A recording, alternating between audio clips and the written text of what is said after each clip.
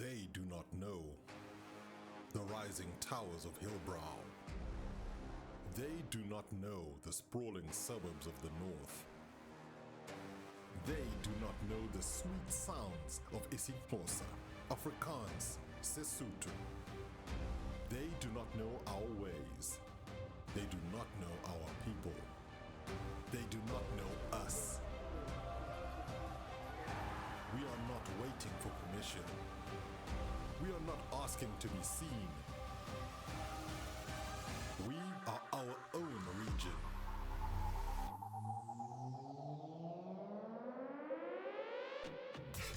We are SSA, RSC Johannesburg, RSC Nairobi, RSC Saint-Denis.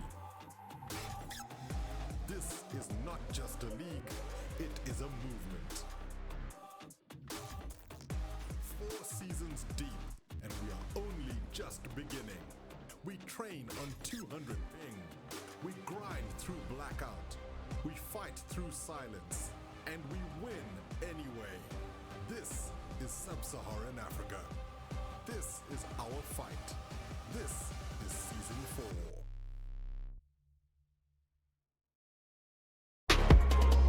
Welcome back, everybody, to the RSC SSA Twitch channel. The train has fully left the station on Season 4, and we are in Week 2. Time is already flying, and we're only a few weeks into the season. But I am Ryan O. I'll be your host for all of the action this evening here in RSC SSA.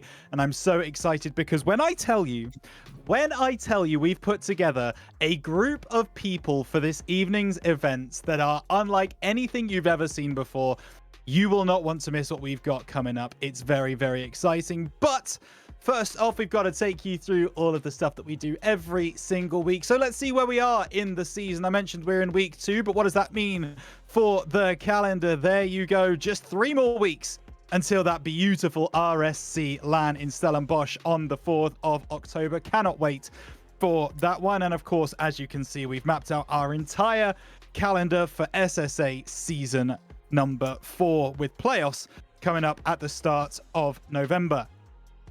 We have some thank yous to make, of course. Thank you so much to our broadcast partner, Genesis Extreme, the ones bringing you this broadcast right now, fixing everything on the fly if it were to break, but more importantly, bringing you every single graphic and transition across RSC SSA Season 4. We are very appreciative for their support, as well as we are for Nearstream, our LAN equipment provider. They are going to be giving us all of our equipment that we need for that Stellenbosch LAN in the middle of the season. And last but of course not least, it is Slayer, our energy drink sponsor, and of course our prize pool sponsor as well. Every single crate of Slayer energy that you buy from RSC is going to go directly to the prize pool, and there you see it. Our prize pool started at 15,000 Rand, but because of every single person in the RSC community, we have upped that prize pool now to 16,950 Rand. 50 Rand added for every single box of Slayer energy sold. We are 1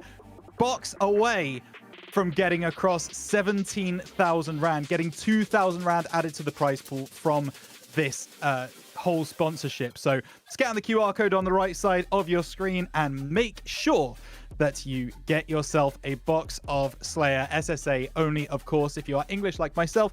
Sadly, that's not available to you, but you know, we'll figure something out in a future season, I have no doubt. Well, there you go. That's everything coming up. And of course, we've got our schedule of the day. It is the 1-0 Azura Nightwalker versus the 0-1 Deathcloud Mist in Prospect as our first game. Second game is the Monarch Queens taking on the Deathcloud Shock in Rival.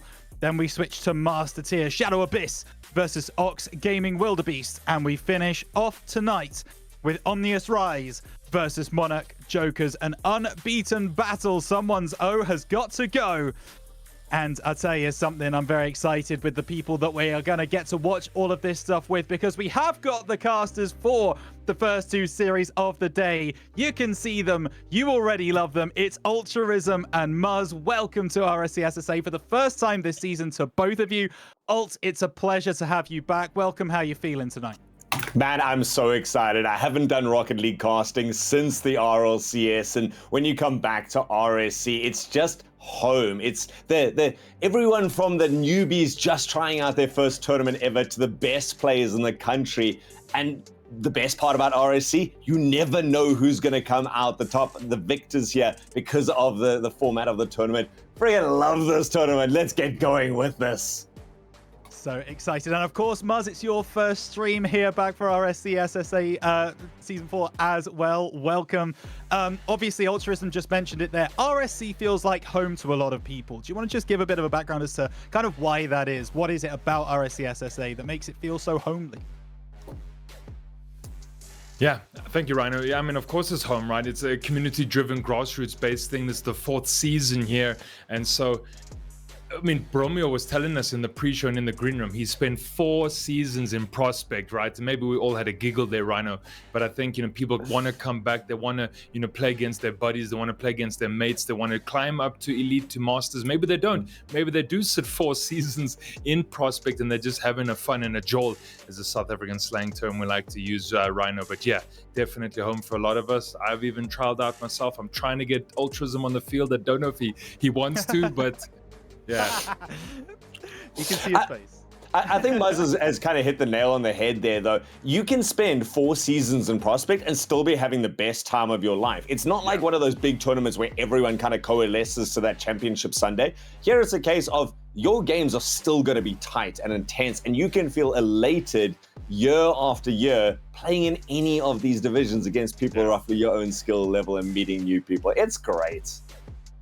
It is great. It's so much fun, and it will be great tonight. It's funny that you guys talk about Prospect, because that is where we're heading first, of course. We have got the wonderful game between Azura Nightwalker and Death Cloud Mist. Altruism, I want to come to you first. Obviously, it's only week 2. It's a little bit too early to figure out what we're doing here with the actual teams and how they're gelling and all that kind of stuff. But a team going 1-0 in week 1 compared to a team going 0-1 in week 2, that's already a bit of a mental disadvantage for Mist, no? And it's not just 1-0, it's 4-0 in terms of game score. That is a dominant victory. So the Nightwalkers are coming out firing into this. Like you say, you never know. Maybe they just had a slightly easier opposition, or maybe Death Cloud Mist was able to pull things together, just go back and do some reflection there and get themselves tightened up a little bit. So I'm not saying this is certainly a foregone conclusion. It would be way too premature in the season to do that. But certainly Nightwalker could not be off to a better start right now. Absolutely. 4-0, going to be riding that high. But Muzz, if you were the coach, the captain of Death Cloud Mist right now, you lost 3-1 to Omnius Rise last week. Could have been a draw, really could have been if a couple more goals had gone their way. What kind of things are you saying to that team to really get them excited for this week 2 matchup? Yeah, I think just kind of keep the composure. You're early in the season, right? It's week 2, so, you can still kind of build momentum going forward. Right now, I think they've got great players. There's Chaos there, Ikeegs, and so you've got the talent, right? It's just, what does that kind of locker room look like? Bring the lads together, synergy going. What does the communication look like? I think it's always with Prospect. It's that communication and rotations, and how do those look like? Kind of, you consider it 1100, maybe you've got 1200 player on your team, and so things like mechanics and worrying about being flashy in the air, you don't have to do it, right? What do the comms look like? What's the synergy look like? Is the team feeling good? Yeah, you came off a bit of a tough loss last week, but I shrugged it off. You've got Azura in front of you, very strong team, and yeah, you just got to play it right.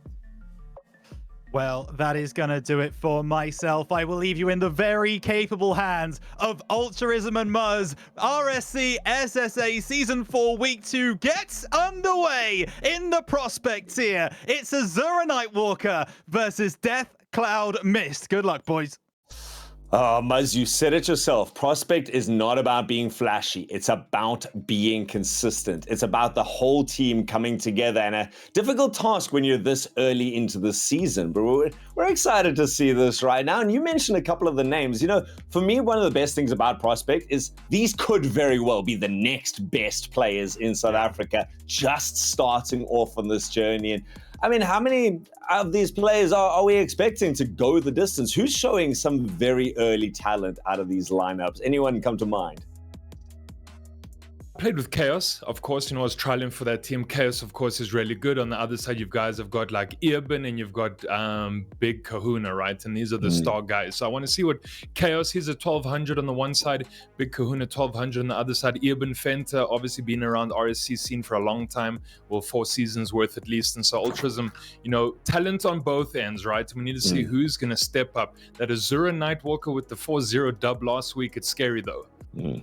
That is huge coming into this right now. And at the end of the day, it's not just, hey, we won a game. It's every one of those things. Taking a clean victory like that, it adds extra points towards it. And the fact that they're sitting now still only 3rd on the league is incredible to me. That means there's a couple of teams still out there showing their proficiency and going, we're ready to sweep this all the way. But at the end of the day, right, week 2 is going to change a lot of that storyline. So what are you looking for out of this game right now? What are the key points? You talked about communication. Sometimes that's difficult to see for a team like this. But what is the defining factor you think going to be between these two guys?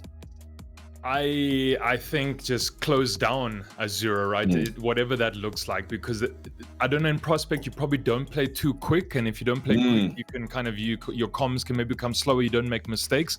Obviously, teams that try rush and play quicker can make more mistakes. In Prospect, we might not see that, but obviously Azura coming off of a big win there, Alt. And yeah, Death Cloud, they have to get a victory or a draw here, because as a franchise, when you've got a loss and a draw from last week, now you're looking at overall franchise points. Nice cattail there. And so, I tried. And so Death Cloud, they actually do need big dubs tonight, Alt. We've got both of their series, so. Yeah, I like it. And I like what you say about the pacing, the tempo of this, as we're going to be going into the game in just a couple of seconds. Tempo going to be a big one. Too fast, and you're going to put yourself out of position. You're going to cut off your teammate. You're going to go for inopportune plays. You're going to mess up. Play too slowly, and you give your opponents all the momentum they need to take control of the game. But we have 4 games here in Prospect for us. The Nightwalkers versus the Mist. Both of these love the darkness. Who can shed some light in the RSC here at week number 2? Oh, there is a shot coming down. A nice eye Keegs, though. We did mention a little on the pre-show here. Big Kahuna, though, that 1200 on the side of Azura. Can he get the shot in? Alt is not going to be able to do so. So do have Curry on the other side with, of course, Irban Fenter, one to watch in the Prospect tier. And as this is RSC, of course, everyone gets their own colors for it. And don't you love it? There's highly contrasting purple versus slightly less than purple right now. We're not going to be referring to these by the colors at all. It's just going to have to be a reflection of the players themselves. And right now, Mist under pressure. And Nightwalkers take a great lead after an extended period of pressure. Back and forth across the net. It is Kahuna coming through there. First touch to pass the attacker. Second one past the defender. And 1-0 up is the scoreline. Yeah, and I think if you're Ikeegs, then you're on that near post and you want to be able to stop Big Kahuna. Maybe challenge early, maybe get in the face of him, because they allowed him to get a double touch there. Alt, he played to himself. And, you spoke about kind of slowing the momentum down and just being more comfortable. Well, that's Big Kahuna, right? He's got all the time to himself. Yeah, here he plays again with Curry behind him. And I just think, Azura, they've obviously got, kind of maybe one of the top CMV prospect teams. Yeah, certainly. And you can see the way they're utilizing it. Look how many times Kahuna has been in that right-hand corner looking to pop it out. And the 2 teammates who might not be as confident in their attack, prepared to sit back and wait. Finally, though, Mist gets a bit of a breakaway coming down towards the Nightwalker net. Second shot coming up just above the crossbar. Desperate dive across from Future Life. And with the demo in the backline, it actually works out for them. And there it is Mr. Tox from Chaos. They're getting a nice little backboard read there. And just a pip past Kahuna. Nice demo as well, taking up Big Kahuna. That's what you got to do, right? You got to blow up that last defender. And we've got one apiece, your ball game on our hands. I love the fact that, while Mist has been pressurized for the first minute and a half, they've only had one look at the other side, but they've made it work. They were able to keep going, and their whole team kind of pushed up there. Chaos and Future Life working well together. They're going to do it again. This one lofting up over the top, takes 2 defenders to get in the way. They've at least managed to stabilize. Then Ibi into the air, chips it up and over Future Life without a touch, but Chaos manages to cover that baseline. Curry waiting so patiently. He has been omnipotent in that central field. This time, breakaway here comes from Mist. And they've got a shot on the open net. No! Oh, just when you think Mystic can be able to, take the lead there, Alt, Keeg's not getting that shot on, and, that's going to be an awkward one for the team. They're going to have to recover quickly with the Future Life. He's trying to get that floor pinch, can't get past Earban. He does have Curry in the corner, taken all the way. Nice little cut out there coming up from Keegs, right? Good read. Chaos to send it downfield here. Earban Fenter with the catch, and so almost that opportunity there for Mist to have taken the lead. Oh, and they still got some presence around here. Chaos quick to the ball, but EB reads that out and dunks it nicely. Still, it breaks back into the hands of Mist, taking it high on the backboard. Kahuna doing a good job of looking down on that. And that's something we don't always see, Muzz, is the ability to take care of that backboard. We see how proficient players are at using that in the higher tiers, but yeah, sometimes a little bit neglected. So certainly a great opportunity. That one pinches out and denied the second touch. It's Big Ben Kahuna for his second goal of the match. Oh man, right? So Curry goes in for the shot there as well. Big Kahuna gets a nice little floor read, gets a second touch for himself there as well. And that's the second time he's been able to score like that. Ultras and plays the ball to himself. He knows that he just needs to keep that momentum driving forward and, confidence in himself. And I think confidence here and prospect here is, how you're going to win half the games. I mean, confidence is going for the double tap on the backboard. Even there was looking for it. He did a valuable job of it. So he didn't manage to come away with it. But I love to see a team that's feeling good enough about themselves that they're willing to throw a little bit of a risk. Curry and Ailey actually managing to get that around the side. And a second touch skirts it towards the far post as well. But Nightwalkers seem back in the ascendancy right now. They control the first bit of the game. Then there was a resilience from Mist that we weren't expecting. Still, Nightworker with only one goal on the board is not a big enough buffer that they're going to feel comfortable just yet. Yeah, and of course, as everyone knows, there's 4 games in the series here, so you can always draw as well. And as we mentioned, Death Cloud Esports definitely looking for a draw or a win tonight. It would be invaluable to them. Shot coming out there. Keegs makes the save this time around. Earban wants to try to take a pot shot, then put a third on for his team, but it's not going to happen. Future goes up for this one. Is he going to be open at the back, though? Earban, with a nice defensive rotation, is able to get it. Can he get the double? It's going to be a pixel shy to the right. Now the big man, Big Kahuna, coming in here, is maybe able to pip the 100 as well. He won't be able to do so. Curry with the play there, they're going to slow it down just a bit. Nightwalk, of course, they're in the lead here by 1, and so they can slow the play down to their own tempo if they want to. And I like that. They were a little bit low on the boost. We saw Kahuna didn't manage to get that boost in the corner. Now Earban managing to pick up one of the 100 boosts. And again, it's this ability to rotate around behind. Kahuna actually with that miss has put his team under so much pressure. And with the mist comes the mist. They managed to take full advantage of this. 2 players desperately trying to get to that from Nightwalkers. Neither can get to it. And in the last minute, Muzz, we are down to a level game. Yeah, and just Future gets past the double commit there from Nightwalk as well. I think they're absolutely beaming in that Discord call as well, as Tox was able to break through both of those Azure defenders as well. Earban fantastic to get rid of that one as well. You can see the urgency being applied here by Miss. Now they want to do something with this. Big Kahuna is going to hold on to it, cut out there by Future. All the way down! Oh, there it is, Ultrism. Oh man, Future Life has been on point in terms of taking advantage of any opportunities right there. Just a little bit of a break. The first real fault we've seen in the defensive back line here for Nightwalkers. And it's really taken advantage of. Mist goes up by 1, and they were down just 20 seconds ago.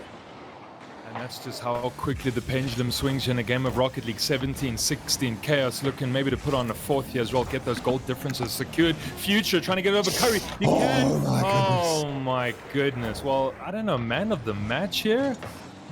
Yeah, you got to give it to him. If it's just in terms of goals scored, it has to go to Future Life. But this really has been Future Life testing the backlines and finding it wanting. Nightwalkers have been so prominent in terms of their attack, but as soon as they're forced onto their side of the field, things fall apart. They're going up for it. You can see they know that it's important to get to that ball, but there's just been no connections forthcoming. And suddenly, Nightwalkers, after giving no quarter in the previous week, have suddenly given up their first game of the 2025 RSC season. Listen, Ultrism, someone had to lose eventually, right? And Azura Nightwalkers, they took the L here in game number 1 as well. Of course, there is still 3 ahead of us. Miss, they take the W there. Your winners, Chaos, Future, and Keegs. From a bit of a tough loss last week, 3-1 down. Yeah, good start here in game week 2. And I like the way that they did it. You know, they were patient when they were under attack. They'd spent basically the first minutes without a look, without even getting past the halfway mark. And they just held around. You know, first goal goes against them. They maintain that maturity. And they keep going with it. And then when they get their little forays into the other side of the field, they make every single one of them. I think they got 4 out of the 5 times they crossed that halfway mark, ended up in a goal, which is brilliant for them. And it just, again, comes down to this like unstoppable force versus a movable object argument that we so often see in Rocket League. A very offensive focused side meets up, and if they cannot crack through the bastion, they don't have anything more to do. And then they're scrambling on the way back, 1 or 2 little misses, and they suddenly are under a lot of pressure themselves. So certainly composure being the name of the game, and Nightwalkers with a little bit to do in that regard. Yeah, just for me, though, on the miss side, I just kind of don't want to see too many of the double commits coming out. You mentioned the backboard reads. Maybe it's not always kind of, you know, safe for players, or they're feeling uncomfortable being up on that back wall and maybe can't control. We saw Keegs in defense kind of slip one, got one out. So it was all good. And it seems like maybe Future has a lot on his shoulders tonight. I want to see a little more coming up from Keegs and from Chaos respectively, but it's good. He's leading from the front. I think Future is the captain here of the prospect team, so it's good to see kind of, you know, how he's leading the charge. Yep. You know, Future is, weirdly enough, I wouldn't agree with the leading from the front. It's almost like leading from the middle. Chaos seems to be like that first strike in there. We saw it in the demo, etc. He's playing a very aggressive game, which is really nice, and it enables Future to then sit back, and anything that pops out of the miasma around the opponent's net is just kind of going, oh, you know what? Take this back. You know what? Let's have another one at this. And then there's no one with the structure and the rotations, the clean one, from the Nightwalker side to be able to make anything from it. And we said it before we went into this. This is not going to be about the flashy mechanics. Yeah, we've seen some nice little double touches come out. Yeah, some nice little backboard reads or attempted there. But that's not the consistency we're looking for in Prospect. It's about controlling the field and then keeping your structure in the defensive line. Yeah, that's exactly right. And that's a big game too for both these teams. Azura want to try, you know, kind of clinch a draw, so they're going to aim for this game to win here. Death Cloud missed. They've got a lot to prove. We see Future getting through, sometimes double defenders there in the box. And so everything here to gain for the missed team. Of course, 5 minutes ahead of us here, Ultrism. Maybe there's an OT, but it's going to be big for both teams. I mean, I'm always a dreamer, Mud, so I'm always looking for those dramatic overtimes. But this one is so different. This is why one of the other reasons why I love RSC so much. The tenure of a game number 2 is completely different, because in a best of 5 or best of 7 series, game number 1 you can almost write off as a warm-up game. Here it puts Mist now on the verge. If they take a second game, they can't lose this week. And so it's going to be up to the Nightwalkers to put on that pressure and level this up, trying with a great start to this. They're not able to puncture into that back line and find the nets. And goal explosions so far vacant here for both sides. 30 seconds down, although there have been tries. And here comes another big aerial battle. Kahuna off the backboard does manage to make connection, but it skirts off to the side. Yeah, and we've seen some good double taps coming out there from Big Kahuna as well. So that one just went a shot to the right, then he wasn't able to get that dunk as well. Now Eben wants to push it forward though. Chaos with a nice monstrous shot goes straight onto the back, but it took 2 to get rid of that one and missed. They've definitely found the full firing power. Eben slowly, patiently on the backboard, decides to try and rush it out towards the side. There goes Chaos again with the aggression, nearly managing to come back in. And it's just to at least force out most of the Nightwalkers' defense, and they're going to be able to pick it up again. Suddenly, Future Live lets loose a barrage. This one just a little bit high and was surrounded by teammates, so there wasn't the follow-up to be able to jump towards that. Still, Mist in possession right now. Kahuna, without the boost to chase us down. Future Life has plenty of that himself, and let's to actually go for the ball instead of that 100. Might be able to pick it up on the way out, doesn't manage to get to it. But Mist now starting to set up camp deep in their opponent's half. Keegs? Take a shot there, that's gonna go all the way up into the rafters, and Eben fends with a quick counter attack here as well. Did the miss players, are they back on D? Future Life, he's gonna go up for that one as well. Had a prolific game number 1. Can he replicate that? Your Big Kahuna, maybe he's gonna get that double that we saw in game 1. He can't though. Kept out. Future Life gets the demo onto Eben. Chaos, does he have an open net? He's gonna look for the double, he can get it. Oh. Maybe one more off the back tires, and Ultrism, no goal just yet. Oh, that was close though. I love the idea to go low into that challenge, and nearly pays off there. Denied only by the pixels. Still working together, conglomerating is Mist. to be able to get this ball out towards the other side. Curry, though, with too much pace, manages to beat it out. They might have committed a little too much. It's up to Eben to be able to shut this down, and actually finds Curry along the way. So the two of them setting up a nice bit of a push. That one skirts away, and it's up to Ben. He can't get to it. Chaos finds a cheeky little snipe at the halfway mark of this match. Oh my goodness, and is this... I was going to say, is it Eben and Curry that maybe have a bit of an awkward pinch there, but it's Eben and Chaos, and they send that all the way downfield there, coast to coast. Ultras and missed one up on the scoreboard here. They are having a fantastic game, week 2. Week 2 off to a great start, looking to make reparations for previous weeks here. And I mean, it's a really good start. Still, Nightwalkers, they want to get in here. I like Keegs getting out of the way there, just resetting himself up to back up his teammate instead of getting in the way. Manages to pick up boosters, so he and Future Life have the space now to charge down there. It is going to be cut away. Eben, it's over the top. This is going to be completely open. Future Life has done a sterling job of returning to his own baseline, but this is the break that Nightwalkers would have needed. They've handed it off to Big Ben Kahuna. He's trying to get tricky in there. He drives up and over. But the patience from Chaos, ironically enough, is all that is needed to put paid to that attempt. Yeah, and hopefully Big Kahuna is not going to be a one-trick pony, right? And Mr. just going to be able to read the plays there. Eben takes a shot, Keegs is to keep it up. Big Kahuna trying to follow up there as well, though. But the Mist boys, they're doing well on defense. Now Chaos doesn't have a player to pass it out to. I thought Keegs was going to be up there in the front, and Big Kahuna wants to get rid of this ball there as well. He's controlling it for the meantime, looking for that floor pinch. Gets a bit of a soft one and awkward. And Future Life, though, with the pickup, maybe he's taking it all the way downfield. Bump onto Eben. It's the second man, though, from Mr. Pop over. Nice little pop over. Chaos gets 2.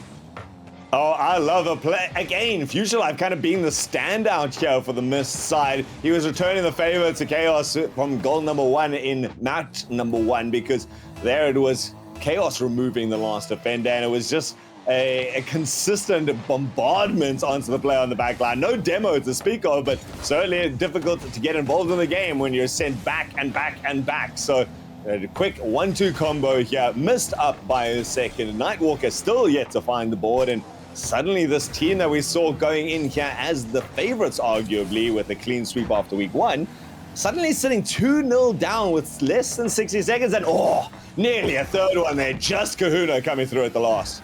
Oh man, Chaos can't get so lucky scoring these long field goals. Yeah, Future's going to set it up on the corners, get beaten out there by Eben. And Curry, maybe he's going to be able to pop it up. It's going to go wide into the corner, though. Maybe he's looking to get a pass out, though. But he does have Keegs. No, sorry, it was Chaos that he cut it out, and Chaos again getting it all the way down. And now Curry, he has to scurry back all the way. Chaos, he's going to try and find a man. Future with a nice little angle, though. Doesn't get it, but when you're 2-0 up your ult, I mean, probably don't have to do too much at this rate.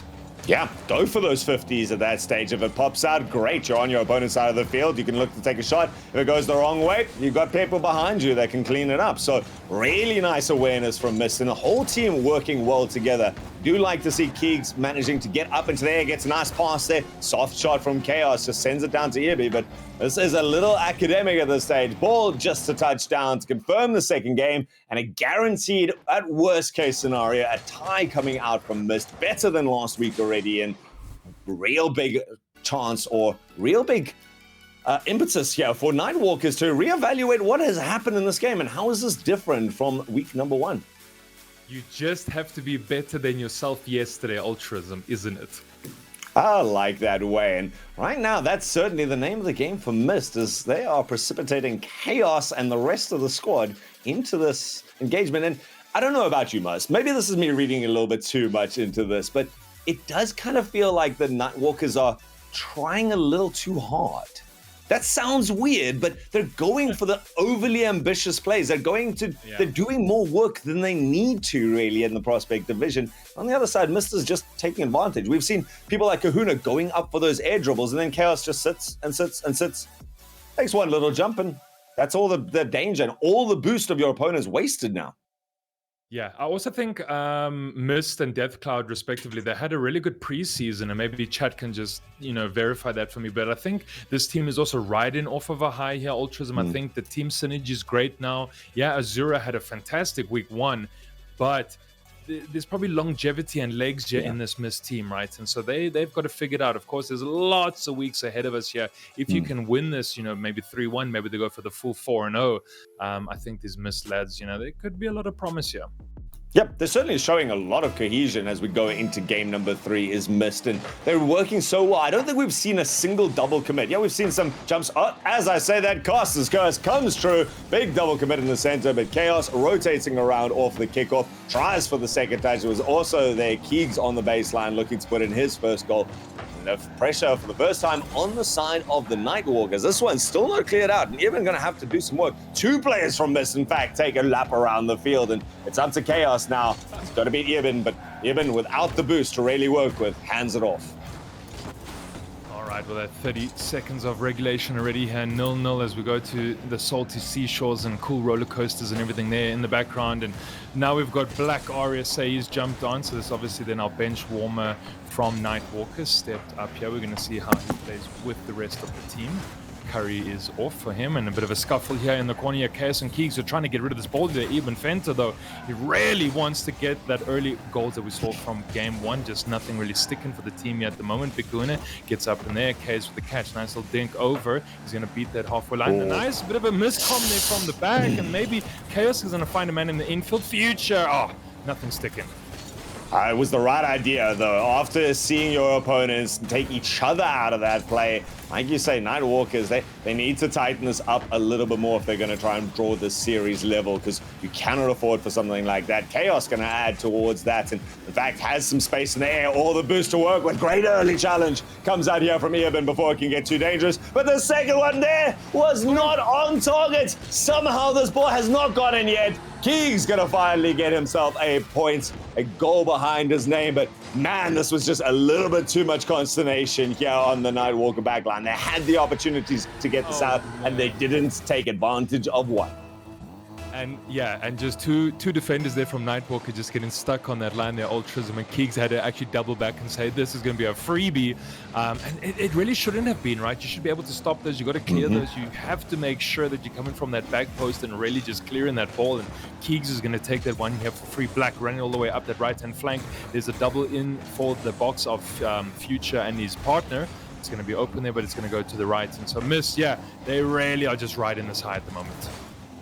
And then again, this has now been over 7 minutes without Nightwalkers finding a goal here. I think they didn't manage to get one in the last minute there. So those double digits with always being on the back foot, they start to add up. They really get to you at this point. If you guys have never had a chance to get into a competition, there is just this tendency to try and take the game on yourself. And I worry about Nightwalkers with their reliance on their mechanics, that's what we're going to start to see out of someone like Big Kahuna. But Black so far still looking for his chance to get involved in this game. Gets removed out of the corner. Chaos on the way down. Nearly manages to intercept this, but it's Kahuna off on a tear. He's managed to beat 2. Trying to get up into the corner. Ball overlaps him a little bit.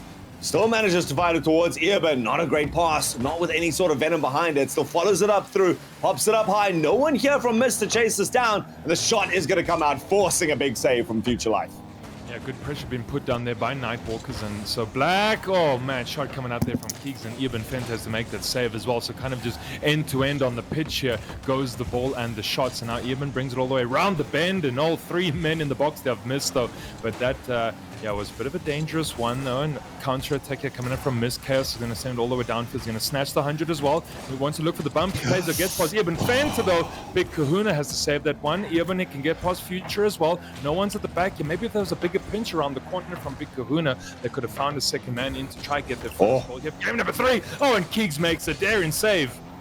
I love that pass back that came out from Big Kahuna. Black was in the perfect position, but it was just Keegs who read that sublimely, managing to get out and forward. Big Ben trying to set up something else. He's once more got Irvin this time on the return, but pops it up. That first touch a little too hard. Tries for a second one, lofts it up and over. There was some space there, and 2 players go sailing by here from Nightwalker. Suddenly Chaos with the ability to turn it towards who else but Future Life in the center. That shot just a little wide, but so nicely constructed, and at least it puts some pressure. It turns away Nightwalkers for a second. They're back quickly into the fray.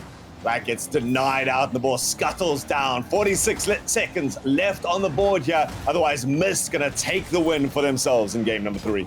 Yeah, incredibly close there. Chaos almost finding a second for the team, and Eben Fent is going to have to control this one. He does have Black and Big Kahuna there just waiting in case, but Future really just getting in the face of these AZG players. Here, another ball comes down now. Chaos ZA. Oh man, it just shot after shot and kind of just the barrage coming out here from Mist, and it pays dividends. Huge. Mist up by 2 with 30 seconds left. Suddenly, the Nightwalker comms is going one of two ways. Either someone's getting very angry or it's getting very silent. Neither of those is constructive, and so they're going to have to try and figure out, but it's those sort of passes. Oh, Future Life denied only just by the woodwork at the end there. Keegs has got the confidence now to join, and this is the confidence that you mentioned earlier, Muzz, is Mist is feeling all the momentum behind them. 2 games a clean sweep unless something dramatic happens right now. Finally a chance. There it is. Black manages to break the curse with 3 seconds left. Muzz, how much of a dreamer are you for the kickoff? All right, so kickoff goal here in 3 seconds, chat. You have to believe, you have to send your energies like Goku building that spirit bomb. And so here we go. Can Nightwalker get the OT potentially? Oh no, Chaos kills it. There it is. It's not going to happen. Oh, we can't dream today. Oh, there it is. 3 games in a row. Mist coming back, turning vengeance on any people who want to stand against them right now. They get themselves up into the top half of the bracket with that win and a great performance, but they're not done just yet. Now, the big question was, is that late goal from the super sub of Black enough to turn around the momentum in this, or is that just the dead cat bounce here from the Nightwalkers? Oh boy, yeah, catch a falling knife, right? I mean, maybe that's the case, Ultras. I think, is Black going to stay on? The first question, let's see. And then, yeah, hopefully the momentum is driven forward. But like you said, Mist is kind of, they're cool and they're making very normal shots, right? Pass the second man, draw out a defender, play, versus Nightwalker maybe playing too many on the mechanics. Can I get the doubles from game 1, which is not happening anymore? And so maybe back to basics for Nightwalker, maybe just kind of play very relaxed Rocket League. You know, I've seen people saying your rank C gameplay and all this nonsense, but we're just having fun. It's Prospect here. Don't take yourself too seriously, but yeah, it's been good. Yeah, guys, this is Prospect. This is where people who have never been in a tournament before come and cut their teeth, really. This is where you come in just to mess around with friends. I'm telling you right now, Bromio's in there, Muzz, you're in there. I would be lucky to make it into Prospect sometimes. And right now, I'm enjoying seeing good Rocket League. And what I really like to see here is it's people who are not relying on the mechanics. They're playing the basics of the game, and they're starting to do them well. Mist has done fantastically with that. Future Life being, of course, the standout that we talk about. But Chaos, I saw it there in chat earlier. This guy's kind of cracked, actually, in the playmaking aspects. Yeah, oh yeah. No, Chaos, someone's like, yeah, he could replace Snowy. I'm like, well, maybe. Okay. It's like, I don't know if that's a stretch, but, you know, I love the optimism. Anyway, so here we are, game 4 as well. Mist might make it a blowout. If you are a believer like Ultrism and Bromio, it is going to be a big night for Deathcloud. Huge aspect for them. And if I'm not mistaken, they've got themselves 2 fixtures here, right? Yeah, they're going to be coming up after this in the rival series. So they had a previous loss and a tie. So the first win here for Deathcloud to get that entire organization on the board. And they're going to be happy that it is from their juniors, from their Mist division. This game, though, game number 4, the last chance. And this one, dignity, the biggest thing that's on the line. And Aben, he's going to start putting pay. They got themselves the last goal in the previous game. Just less than a minute, they managed to pick up the first one here. Oh, just look at the play there between Evan and Black, right? Black actually pops it up. He beats out Future, and then he just waits to get that little dunk over the last defender there as well. So I actually really like that combo that came out from Nightwalker. And that's kind of the plays you want to see, right? Be a bit silly on the ball, push it up, push it away from defenders. Use the physics around you, right? You can bounce it off walls and ceilings and floors, right? Do these things, you can score goals. Do these things and you can score goals. Rocket League is such a simple one. That's why I love Greybeard's comments. His everlasting one of all you need to do is score more goals than your opponents. And I think it's as simple as that, guys. But certainly when you're up against the defensive line that Mist has been putting on, it is difficult to get that. So Nightwalker is going to be happy about that. And finally starting to look a little bit more unified. I do see Black has continued on this roster and starting to link together. But linking together has been Mist's real MO throughout this, and it's certainly going to be the big thing that Nightwalkers is going to at least have to mimic, if not counter.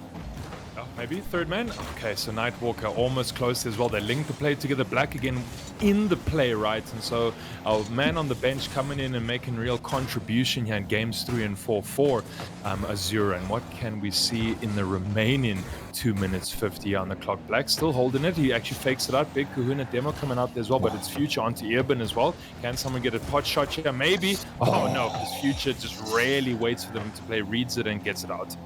Man, half a second is all that stopped that from being a goal. A quicker reaction there from any of the Nightwalker players, but I mean, they had to adapt to so much. We saw Black try going for it. We saw Kahuna go out for that, and both of them kind of knocked off the ball. Still, Nightwalkers having a great presence here in their opponent's half. Black can actually take it towards the corner, sees the defender coming in, and once more, a bit of physicality comes here to disrupt the plays from Mist. So, nice bit of defensive work here, and again, keeping those rotations out means it's been a long time on their side of the field, but no real big shots coming in anytime soon. This one pops out, Earburn gonna have the chance, but once more, Future Life so quick into the defense. Yeah, and Black just wanted to play to himself as well. Got around the bend. I thought he was going to be able to get the second touch there as well. Wasn't able to do so. You know, got the defender again on that near post, just reading it, seeing what's going to happen as well. Bit of an awkward one coming up from Chaos there as well. No one's quick enough on the Nightwalker team that, as you said, maybe a second faster, and you can be able to score those goals then. So also, I think sometimes opportunities slipping through the hands here of Azura. Yep, and I think this is the big part about what's separated these two teams and why Mist has been able to look so good in this series. Mist has been very efficient when they get down to the other side of the field. In that first game we talked about, it was like 4 out of the 5 attempts that they had on goal. Ooh, Keegs getting a little creative with that one, nearly putting it back into your own net. But it's Mist when they get to the other side of the field. It doesn't always happen, but they start to link up so beautifully, and they got a chance here. Chaos going high, tries to go over the top, actually gets a down pass. It hits 2 pieces of woodwork, and they still get denied the goal. Oh, how much closer do you want? Oh, well, there we go. We said Chaos is good. Chaos could replace other people, and that was a close one. They missed. Maybe looking to lose. Oh, You're going to see what the case is. Oh, we'll talk about Chaos. Ka-chow. I mean, calculated, I think, is the correct quick chat in this one. Off the 50, off the ceiling. Kahuna trying to come through there, only just finds his way into the bottom corner. And while Nightwalkers were finally starting to look like they were on the home stretch, the final minute clicks over, and it's just 3 seconds into it. No, they've got another chance. Missed. They could actually put pace to this game right here and now. Maybe someone. Okay, Someone. Yeah, it's like anyone jump on that ball, guys. Please get the dunk, right? Let's make it rain from the heavens, and that didn't happen, right? So Future Life, he's obviously had his porridge this morning, and maybe something's gonna stick there. Even Fenta goes up for that one as well. Nothing's gonna stick. Chaos has to keep it out. Beats Big Kahuna there with that 50. Nice little play. And I mean, I suppose you could force out the draw here. Look for that OT. Earbur's going to try and run it down this side. Yeah, Chaos to cut it out. He's going to have Beans left in the tank though, but he's done the work. Big Kahuna's going to pick that up. He does have Keeks to fight. Plays past one. Can he beat out Future? Can't beat out Future. They get rid of that ball once again. Black now trying to manufacture something in the dying seconds of this game. Chaos slows it down, waits for this, settles in a neutral 50, is quickly into the fray is Chaos, and Future Life sitting there, the last defense against this onslaught. Nightwalkers would love to pinch this down, but instead it finds its way to the other side, and as we wanted it, it took us 4 games to get you, but we finally have an overtime. There it is, chat. OT in game 4. I suppose that is the only way to really finish RSC, and maybe Bromeo is going to make it a permanent rule. Who knows? Keys can get past Black. RSC, but Black trying to get rid of that one. Future with a soft touch, so can't do anything. Can Big Kahuna get back in time here as well? Can't find the redirect onto Black, and Black there steals the corner boost, wants to try claim that ball, can't get possession as well. Bit of a scrappy play here, and I'm wondering why no one really wants this one to get the golden goal ult. Well, it seems like Future Life, he's been starting so many of these, and he looked for the ending right there. He's going to have to make his way down to his side of the field. Keegs was wanting to get involved in that, but decides to head out early, knowing Kahuna's tendency to go into there, and instead they just get themselves all the resources behind them. Chaos and Future Life committing towards this play. It's up to Keegs. He's got to make something happen. It's a great jump into the air. He's trying to follow it. He gets the dunk down. He's got teammates to see if they manage to get some boosts. Future Life sitting in the center, as topped up as he can, and now he gets the breakaway. Nightwalkers not to touch the ball in the last 30 seconds or so. They've still got to just make sure to collect themselves. Kahuna does a great job, got the boost to work with. He's been looking for the mechanics, decides to bail out to the last. We're still deadlocked. Yeah, not the cleanest touch there coming out from Black. He wanted to get a smoother one to bring it around the bend, and he couldn't do so as well. Future has to get this one out. It's no way it's going to roll all the way downfield, though, to get the OT goal. My word. Okay, Big Kahuna was able to get back in time. That was the slowest ball you would have seen, though. Oh, man, but Chaos says thank you very much.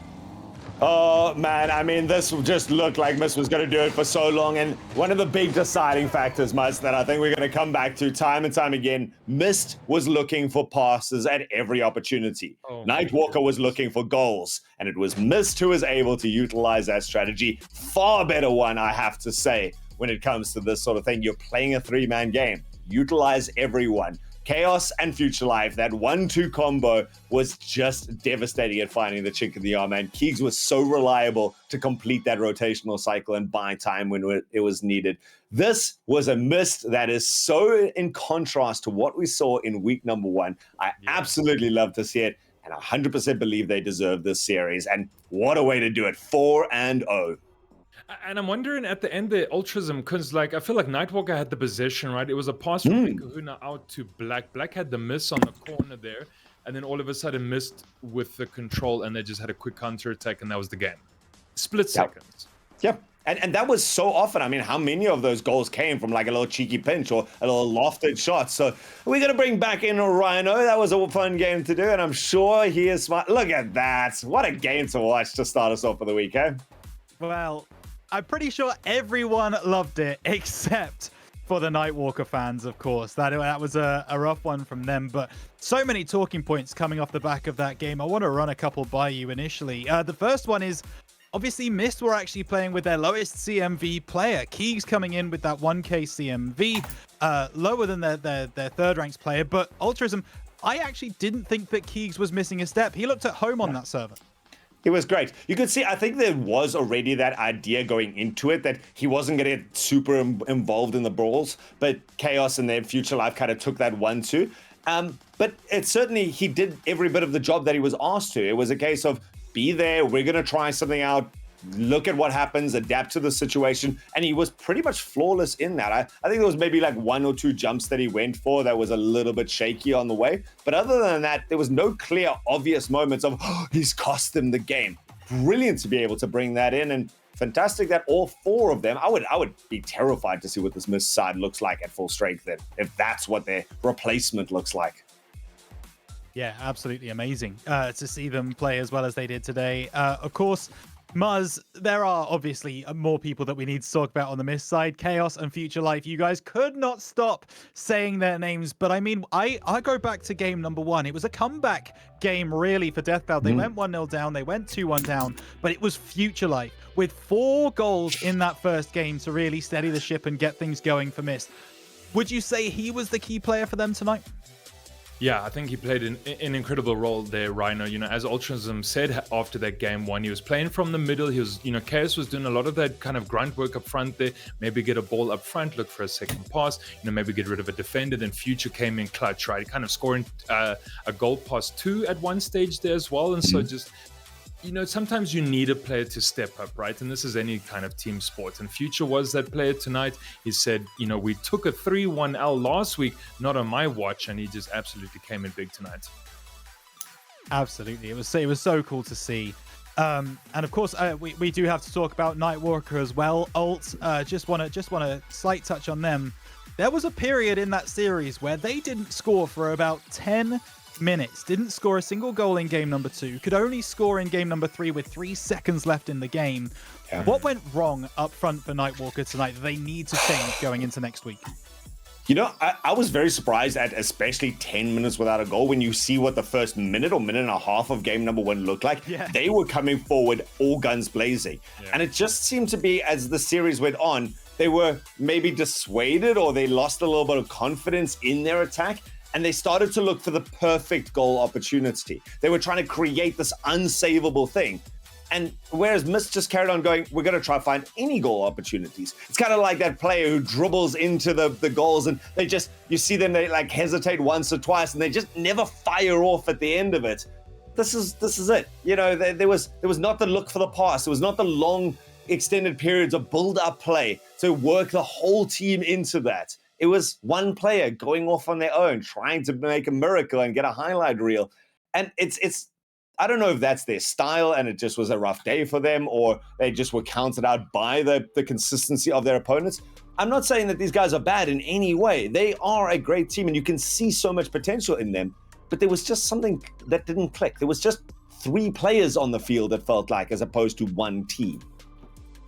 Yeah, for sure. And I think people are going to agree with that. Muzz, I just want to bring up one more thing on this game, and then we'll take a look at our game number 2 of the evening. But we also have to look on the flip side of that and talk about Mist's defense, the way that they were able to rotate amongst themselves, that communication for a prospect team. I mean, that's so impressive, isn't it?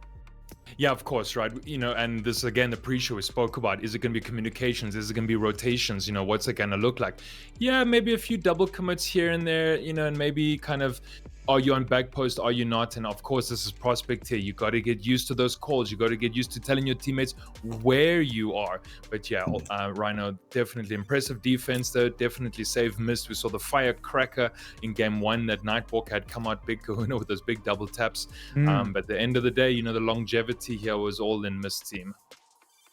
It certainly was. Well, there you go. First game of the night in the books. Death Cloud Mist take the win against their opposition of Azura Nightwalker in a sweep 4-0. We are going to park Prospect now until the final game of the day, and we will pick up in the next tier up. We're going to be looking at some rival action, and it's Monarch Queens taking on Death Cloud Shock. Altruism, these are 2 teams that are unbeaten so far in the season, but they have both been in individual games. Monarch got a 3-1 victory last week. It was a 2-2 draw for Shock against Unity. So the momentum isn't really with either of these teams coming into week 2, which is a fascinating place to be.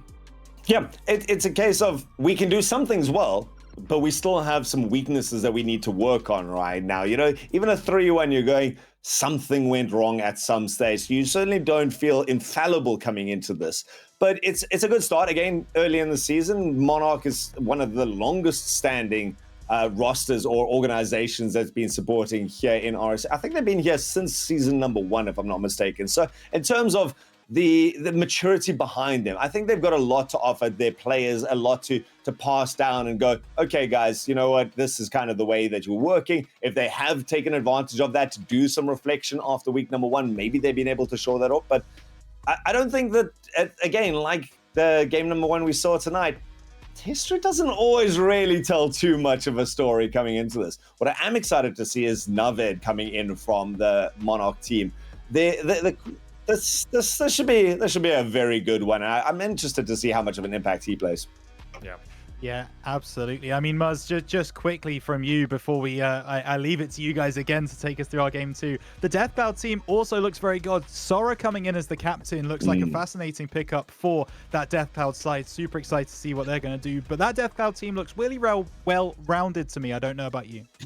Yeah, and I love the fact that we have the reunion players coming in, of course, and they're kind of mixing in with South African Rocket League. So yeah, Sora, the captain on that team, Joshi CPT as well, the 1400s, both of them.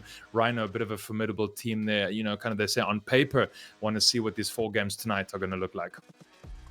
Absolutely. Well, gentlemen, it's time for our second game of the evening. I will leave you to it. We move to the rival tier. It's Monarch Queens versus Death Cloud Shock in RSC SSA Season 4. Take it away.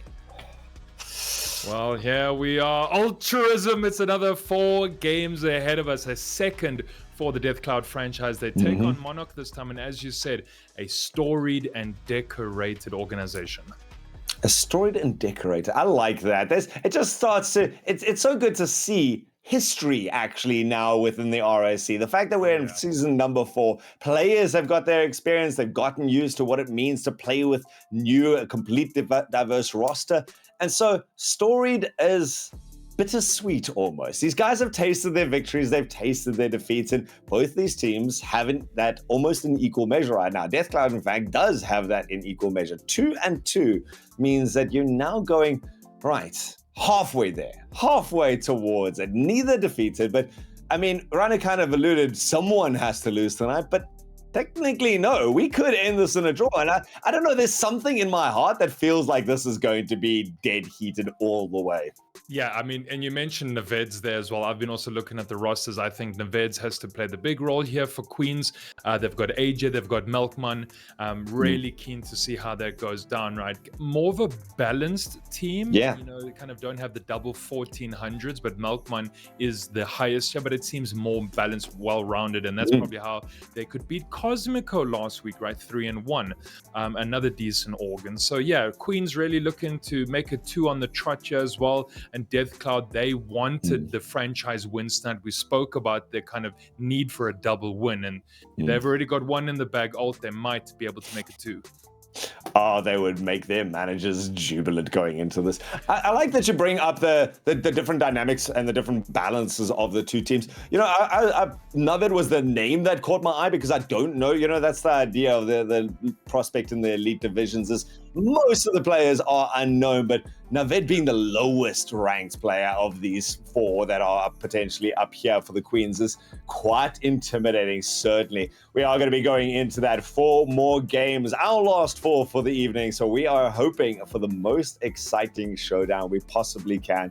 Death Cloud looking to continue that streak for the organization as a whole, and not a lot of weeks. You know, we talk about RSC tends to be a long form tournament, but the LAN is not too far away, so every one of the points going to count. A much more contrasting field right now. Queens up in yellow, Shock in the purple. We have 20 minutes of Rocket League ahead of us at least. Yeah, we've found some balance here on the color palette as well, so thank goodness for that, and well done to the graphic team behind the scenes here as well. Let's see what's going to happen. We've got, who was that? ADS. Okay, ADS pushing that one to the right flank there as well. I don't know if AJ was stuck there. I don't think he's had a disconnect. Actually, AJ playing with this one as well. A reunion player, Sora there, holding that down. And Naved's the one we want to watch coming out of that bro community. Pops it forward though. Nothing landing at the moment, and that's our first 30 seconds.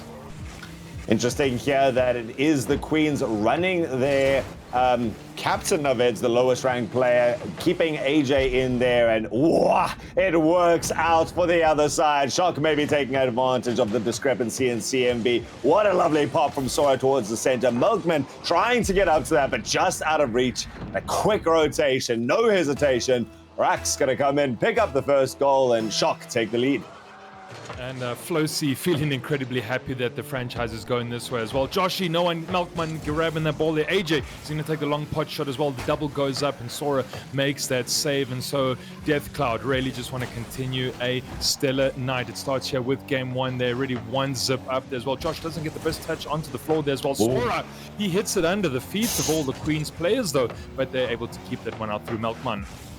Still a very tenuous position here for the Queens. They've got a warrior axis skirting and shadowing this ball round and round. Pops it up. It's actually not towards the side though. It's put his defensive line in some jeopardy, and AJ looking to take advantage. Denied out though. Rax once more, even gifted with that big 100 boost, and so he can put the pressure on. He's got Joshy waiting on the side there. They both decide to go up for it. AJ the one to emerge victorious. He's got one to beat, looking for that touch, and it's Sora with the patience, the ice in his veins there, but Queens, they're going to take another one. Rax going to get to this. Joshy, everyone from Shock needing to pull their weight in the defensive line to keep this up in their advantage.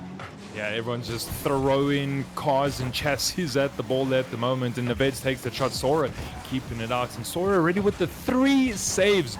That's his defensive prowess here for the Shock team, and ball's going here towards the Monarch Queens net as well. Neveds going up for that one. The whole team really trying to keep that out here. So much kind of pressure being laid down by the Death Cloud team. Neveds wants to slow this down. Sora gets it over 1, and AJ at the back there. Milkman has to run it up. Rax wants to beat him. AJ gets up for not too much boost though to play. It is a small touch to the corner. Neveds with a slight one. Can anyone grab onto the ball here? Ultrazim, it doesn't seem so. Does not seem so just yet. Queens now get themselves a bit of aerial space to work with. Neveds tries to, I don't know if that was a shot or pass towards the center. Either way, finds vacancy, and instead the Queens now onto the retreat. Oh, Milkman only just keeping that out for now. Rax though, we saw him put that goal number 1 on of some opportunistic snatching.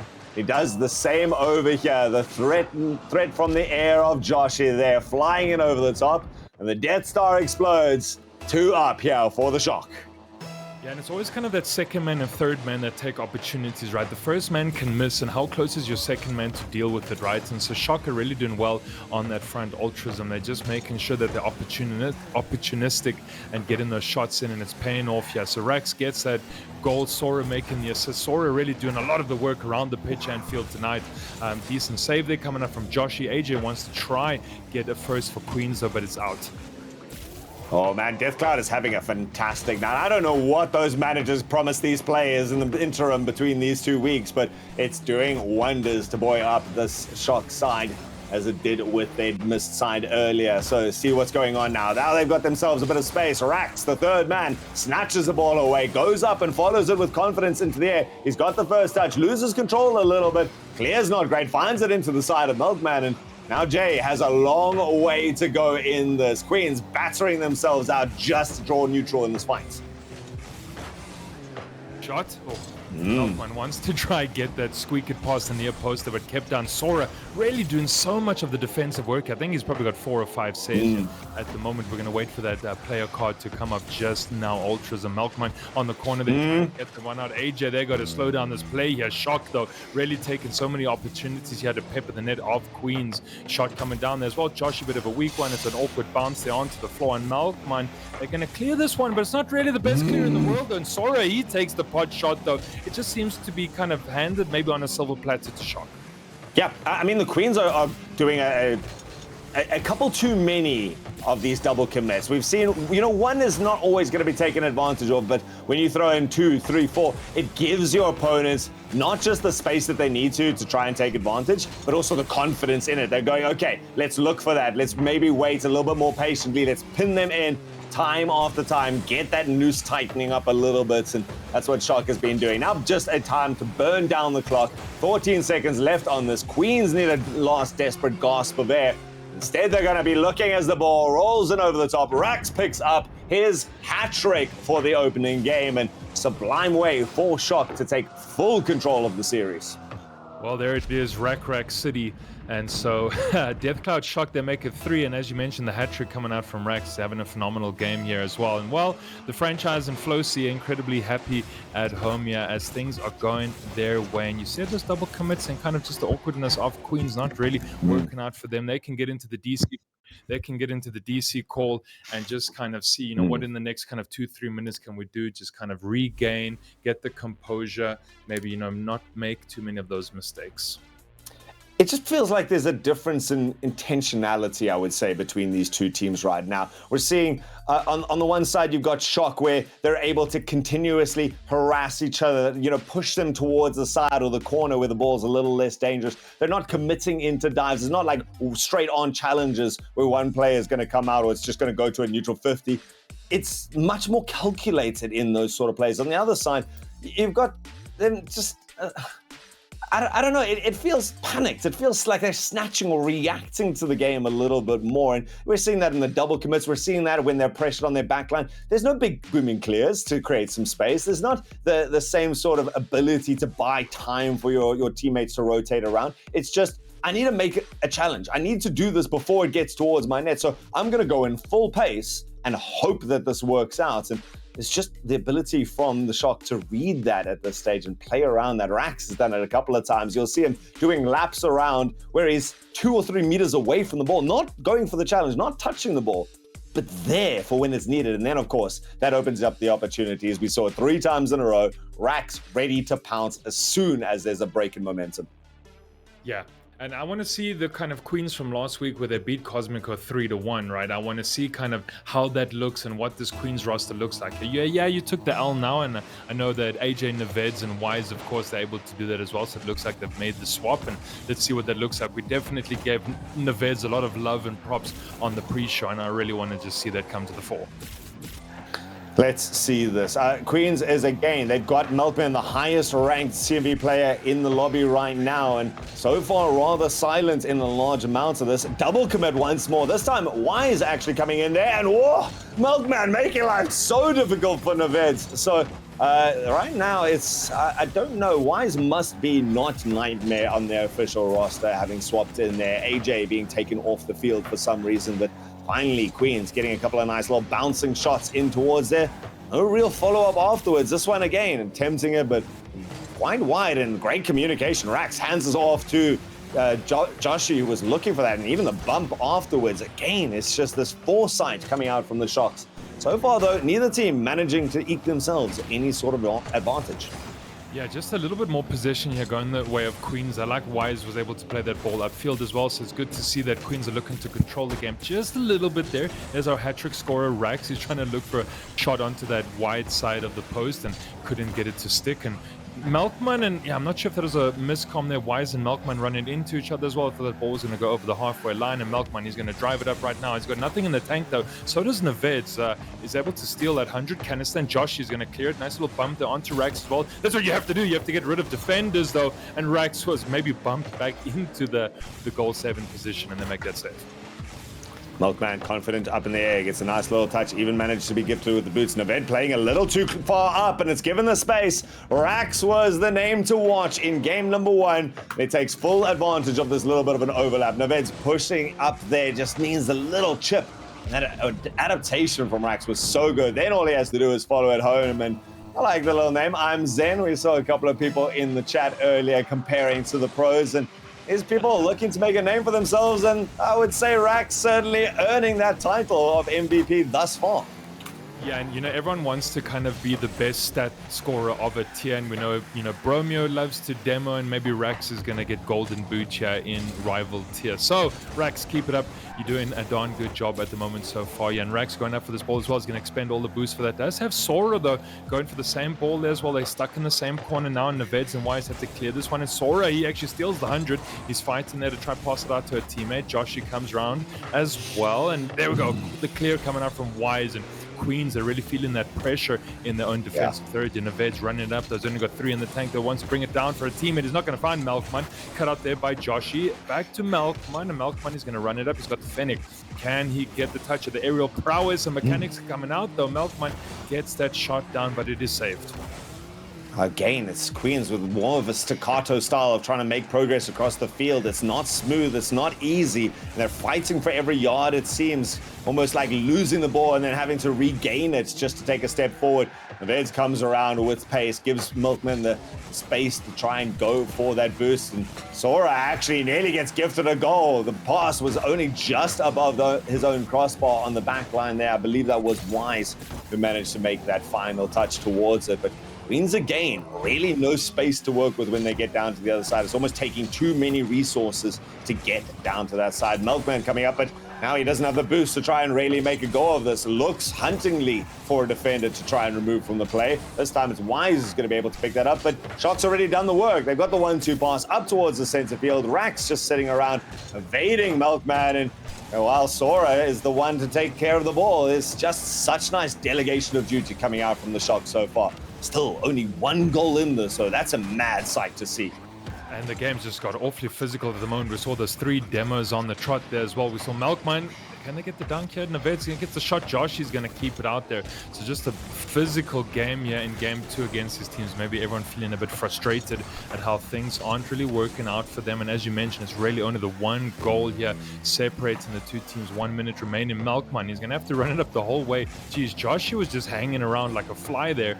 Seeing if he could cut him out in there. That would have been beautiful. Neveds takes the shot down, though. Nothing sticking. Wise has to make it as well. Sora really seems to be the playmaker on the field tonight. He's all over the show, good in offense, good in defense, good with the assists, right? And we mentioned that the really good to see the French players from Reunion come in and give an SSA the best of themselves. Yep, I mean, we've seen the impact that these Reunion players have in the RLCS on the world stage right now, and doing a great job here in RSC as well. And like you say, just whatever the team needs him to be, Sora is stepping up into that. Double commit now again. Queens had that. Milkman had that all in the back pocket and was waiting for the opportunity to pull the trigger, and his teammate comes and dispossesses him. So again, Queens need to be a little worried. They've got to be more worried about this. Oh, it's just geometry. And instead, Rax, he guides it home at the end. Beautiful there. This first one could have so easily gone in without an answer from Queens, but Sora and Rax. No, that was not a goal steal, in case anyone was worrying. That one was bouncing out. That was secured in the best sense. And Shock, they didn't need the second goal with only 5 seconds left, but they're going to be more than happy. The big question was 10 minutes, and Queens has not found the net. Yeah, haven't found the net, and we saw that in the first series as well. You know, teams can go those 10 minutes and nothing really kind of happens for them. Ultras, and yeah, that combo at the end, Sora and Rax. Rax, you know, hitting that one like a heat-seeking missile, and then I thought, you know, Sora was gonna maybe steal that one. We kind of, you know, bragging about him so much, and he needed to get, you know, goal for himself, and Rax was like, nah, it's not gonna happen, fam. But yeah, anyway, Shock did well. They got the 2-dub win there, Ultrism, and yeah, so there's the draw at least at a minimum. So far, a perfect night. 6 out of 6 games here for Death Cloud. And we saw the chat there. They are all standing up and cheering for their squad. And that's one of the best things, again, about RSC. So many things to love about you, but it brings the community together across the different tiers of this competition. So beautiful way for Death Cloud, and devastating for their oppositions thus far. Going to have to be a lot of work. And I don't know, Muzz, maybe it's cruel to say, or maybe it's premature, but the Queens, out of the 10 minutes we've seen, have not really been playing in the same sort of bracket right now. And I think there's going to be a lot that they need to change in this halftime conversation. Yeah, and there's kind of moments and glimpses where we see them, you know, kind of bringing it together, Ultras, and they're looking for those bump in plays. We see Melkmans chasing a lost defender there. You know, they want to make these plays happen, but it's not always working out for them, right? They don't have the ball in the first place. No one's passing to a player and then getting that bump in play. It's kind of like, let me bump and demo you, but I don't have possession, so what's the point? And yeah, Queens, they kind of, are they going from Z down to A instead of, you know, A run to Z? And, you know, kind of, it's odd. But I really think this, what? How is that kept out at that stage? Ricocheting like a bullet off the top bar. Does manage to get kept out here from the Shock, so they maintain that clean streak up into game number 3 so far. Queens would love to be able to wrench this back and snatch a draw from the jaws of defeat. Shock still up in the air, confidently going for this, working and passing the ball off perfectly between them, and Queens still finally managing to get a little bit more of a confident clear in the backline. In fact, it's up to Rax. He's only just managing to keep that out. Great pinch comes out from Joshi, and nearly going to be taking that boost. Claims the life of Milkman instead, and they utilize this. They keep going, always getting everything that they can. This ball again dropped down softly, and Queens yet to make a real foray out of their own half. Yeah, and that demo. Again, the physicality from Joshi. Sora goes up as well, maybe looking for the second. Maybe he's going to get the dunk here onto Queens, and Wise has to keep that out as well. So Sora, again, just being kind of everything that Shock need him to be as well. Rax, they're going to get that shot. Wise has to keep it as well. It's going to go all the way downfield. Josh should be able to get the catch, so it's not going to happen. Yeah. And finally, Queens on the scoreboard. There it is, finally. Like you're saying, look at this. It comes from the big chip from their own back line. Shock have been getting themselves a little bit too confident, and the hubris now costs them. They push up too many players into their opponent's side. Quick little chip, speedy fast, chase down towards the other side of the field. Queens now up on the board. Let's see how well they are able to maintain the lead instead of chasing it. So they need to try extend the cushion in here, the Queens team. Can they do so? Melkman with that catch there as well, but a big pinch from the Shock team, and so Nevez is going to slow it down here. He's going to run it all the way up the wall there, but already the cutout they're coming out from Joshi and Sora on the other side of the pitch. Wise wants to get that touchdown. Rax and the Shock players that just seem to be all over this ball. Just when you think that Queens are trying to build up a bit of momentum and run this ball forward, though, there seems to be a Shock player that's always in their face, right? That's how kind of quick they are on the active defense, and they're far ahead of their defensive third, and Shock are just causing a lot of trouble here for the Monarch team.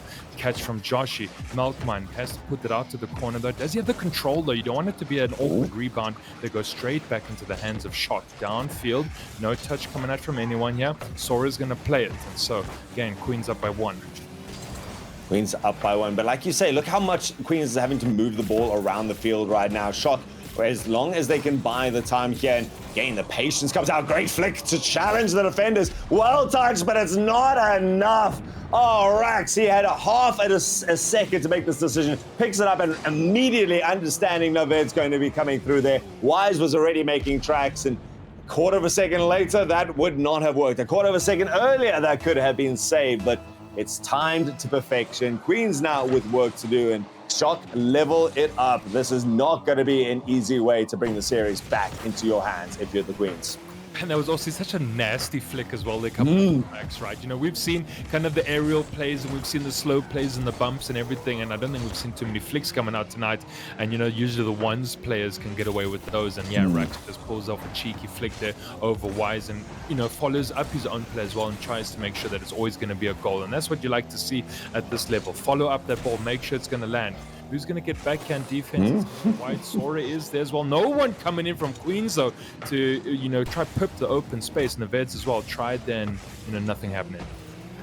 There was definitely an opportunity there. The Queens, they were denied by the straight shots, but not really the confidence to go for the second play there. And I think that's been a big selling point here for the Sharks, or at least something that they've taken advantage of so well, because the slower you play it, if you're Queens, the more time Sharks is going to be able to get these great rotations time and time again. And then suddenly you're not beating 3 people on a field. You're beating 6 or 7 or 8 as they reinforce time and time again. And now once more, we see Sharks in the driving seat. Milkman with a bit of a breakaway, gets it up high. Rax immediately meets that with confidence, gets the second touch as well.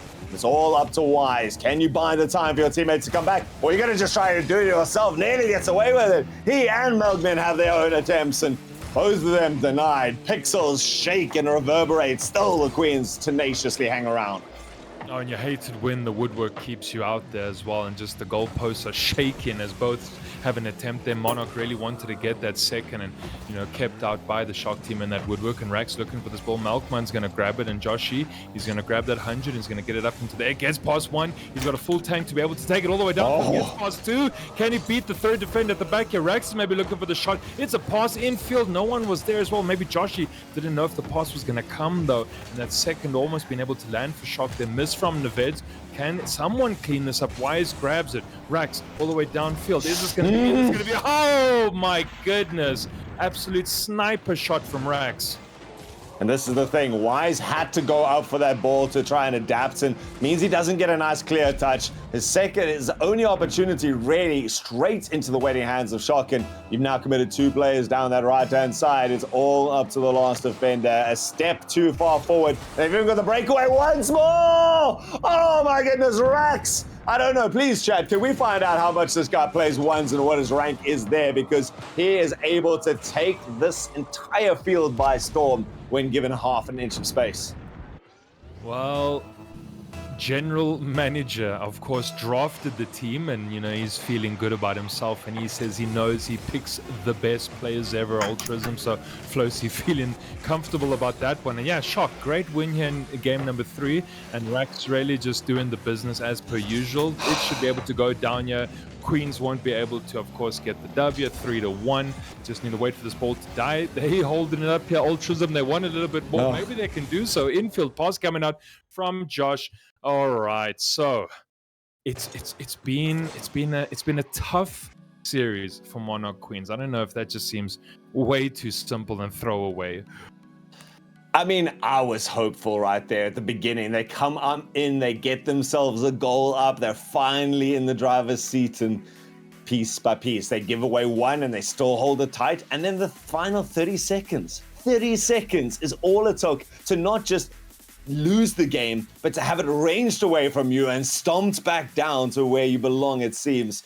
Is the attitude of Death Cloud. They are coming in like a fugue against their opponents and choking them out, restricting their breathing space, and absolutely just putting paid to any conversation in this. So denied. Last week they were pushed down and denied all the way down to a 2-2 draw. This time, 2 games, 2 victories for this organization, and they are still unstoppable. 7 out of 7 games with 1 still in the bag, and it's still, I don't know, Muzz, you say it's a rough night for Queens. It feels, I don't know, maybe I'm getting ahead of myself once more, but it feels like they're going to still continue with another rough 5 minutes. Yeah, it's been a good one. And I know Rhino was asking, is this home? And, how strong is our RSC here community? And it seems like, you can have a rough kind of week last week and then come back and have a fantastic week. Maybe the team goes back to the drawing board and you do a VOD review quickly and you chat with the lads, and it's just absolutely working out tonight. So this might be another 4-0 for the Death Cloud team, and Shock, 5 minutes ahead of them. They could do it. No subs coming into this last match right now. Shock saying if it's not broken, don't fix it. Still Wise hanging around in this one. Naved's the captain, the lowest ranked player on his team. He's going to go up for this one. Takes a good shot there. Sora once more, the name that we've said a couple of times. But, as much as we've given credence to Sora, it just feels like everyone from Shock is pulling almost an equal amount of weight, just in different ways. Sora has been good on the baseline. There is some maturity coming out there. Joshi went for an optimistic dive through there and mistimes it by half a second. Now he has to tussle with his own teammate. Naveds, he actually, I don't know if that was a calculated little fake or not, but nearly finds his way into the back line, gives Queens the inch that they need, but this door, this crack of light that they're looking for, slammed shut there at the end by Sora, and chased in afterwards. Rax with a bit of a tearaway. He and Sora waiting. The pass just needs to find a waiting play in the center. Almost certainly going to be Joshi. Joshi makes a great attempt, forces two players up. Once more, Rax and Sora lingering around, and Shock starting to set up a permanent base camp here until it's do or die. Yeah, good reads off the backboard here from Wise. He makes an initial save and he wants to clear and get rid of this one as well. He's able to beat out Rax, though. Maybe he can this time get the flick over. He's not going to be able to. Maybe there's a second man coming in, though. No one's going to be able to take that shot. Joshi deals with it quite comfortably, and it's good to see Monarch Queens putting this pressure onto Shock, though, and trying to get those plays coming together. That it all starts from Wise in defense and, ends with almost that shot coming in. The flick does go to that back wall, unfortunately, but good to see the intention coming out here from Monarch. Sora, bit of a hard shot there to the side, then Wise has to deal with it. Joshi trying to steal it past him as well. Melkman wants to try beat them on that left-hand side, though, and so at least Monarch, you can see good intensity from the team. Good intensity is really nice. So although we did kind of mention that at the beginning, sometimes there's a fine balance that needs to be struck. Queens are going forward with a lot more aggression, a lot more venom, but leaving that back line open, nearly taking advantage of there. And sometimes when you don't have the cleanest touches, that seems to have been the case for the Queens tonight, that they're not always getting exactly the hit that they want.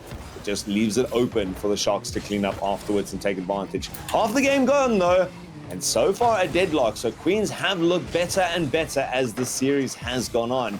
This time, though, would love to at least make sure it's not a clean sweep. Queen sweep. Yeah, a queen sweep, yeah, that works well. As you said in the previous game, 2 goals coming in the last 30 seconds as well. So, everyone kind of bides their time. You got to wear down your opponent and then you have to score. And Wise almost getting the shot on there as well. Naveds wants to take a crack at it. He had the first shot in game 4 as well. Maybe Monarch Queen's able to do so. Can't get on that near post there. And Rax seems like he's good at both defense and offense. And so it's working out for him. Here we go. Rax, let's see. Can you get past one defender? Can you beat Wise? You can't. And Wise keeping him out there as well. Coast to coast, Joshi with the catch there. Just when you think Monarch are going to be able to take game 4 here, we are still 0-0. And again, it's the Shock testing from a distance right there. That one off the boot of... Well, actually, boot doesn't really work in Rocket League, does it? Because it's on the other side of the car. Gets the kick in for the long shot, it seems. And Shock, though, they rebuffed for now. Milkman up into the air. Doesn't get a great touch to find a teammate. And Sora going to be able to come up towards us. Joshi actually cutting across the field. Gets a touch. That is madness. And actually on target. Wise having to get up for that one. Joshi going to go for a second. Pops it out. This is the sort of vision that we've been talking about from Shock the whole time. First one doesn't happen. Second one racks the touch just a bit soft, looking for a bit more before going towards the opponent's net, and it's Queens escape without having to make too much defensive work. Now they get themselves a bit of a chance. Yet that ball popped up in the center. Once more hands off. Wise looking for it, but Shock has stabilized well enough to make this a neutral fight. I mean, Neveds has taken 4 shots as well, right? So there's definitely kind of intention here coming out from the Monarch team there, and Wise as well. He's also taken a fair amount of shots there. Just want to see Melkman adding his name to that tally as well. Wise, nice little cutout there on the midline, gets rid of Rax. Wise again fighting tooth and nail, though they really want to get this goal, and Neveds fighting on this corner, and Sora not able to clear that one effectively. Melkman running around with 0 in the tank. Hopes and dreams here for the Monarch Queen side. Sora clearing that one. The Veds are not looking to get the double, and so Queens, at least they are fighting in the defensive third year of Shock though. But again, 0-0 with the clock ticking down. Might see the second OT tonight. Series 1 was decided with game number 4 in overtime. Seems like series number 2 going to continue the way history has been written. They are going to now just wait for this ball to touch down. Going to be difficult for Shock to keep this up. They don't manage to. We go to an overtime. Queens, they've only managed to get 1 goal of the 15 preceding minutes. In fact, the 20 preceding minutes. Now, though, this 1 goal could not come at a better time. Would secure themselves this game at least and put pay to it. Oh, and they nearly find it there. It's just Rax showing that he's not just good, but in any goal mouth, he is perfect. Joshi now with a little bit of a breakaway, goes for the wave dash, actually uses that to skirt it past one. Neveds chips it up high. Sora looking to meet it. And Queens, though, they regain possession. Let's see what they can do on attempt number 2. Just the opportunity's been strung together there for Monarch Queens as well. Is it going to be open at the back? Finally, right, Ultras, and we all kind of just exhale. And we feel the sigh of relief finally here. Monarch, exactly. Queens get the goal. Wise, I think Wise has been waiting for a goal this whole time. He's just been there and thereabouts, as Grabbeard would tell us. And finally, there it is. Monarch, Queens, they get it when it matters. Ultrism, but 3-1, same as last week, but not the way they would have liked it. Yeah, exactly the opposite of last week. Contrast, which now leaves them basically stuck in the middle of the pack with that land starting to loom in far too few weeks ahead of them. But it was nice for them, I assume, to get that 1 game. You know, they've been waiting for it for so long. And I mean, Milkman, it was flashed on for just a second, but the tactician, 6 balls towards the center. He was desperately looking for anyone to grab hold of those. It was Wise at the end to be the one to clinch it out. But I think that could have come far more frequently if they were ever going to take this game towards them. On the other side, very little to criticize from this Death Cloud side, I must admit. 2 games or 2 series for the night and 2 convincing wins. Yeah.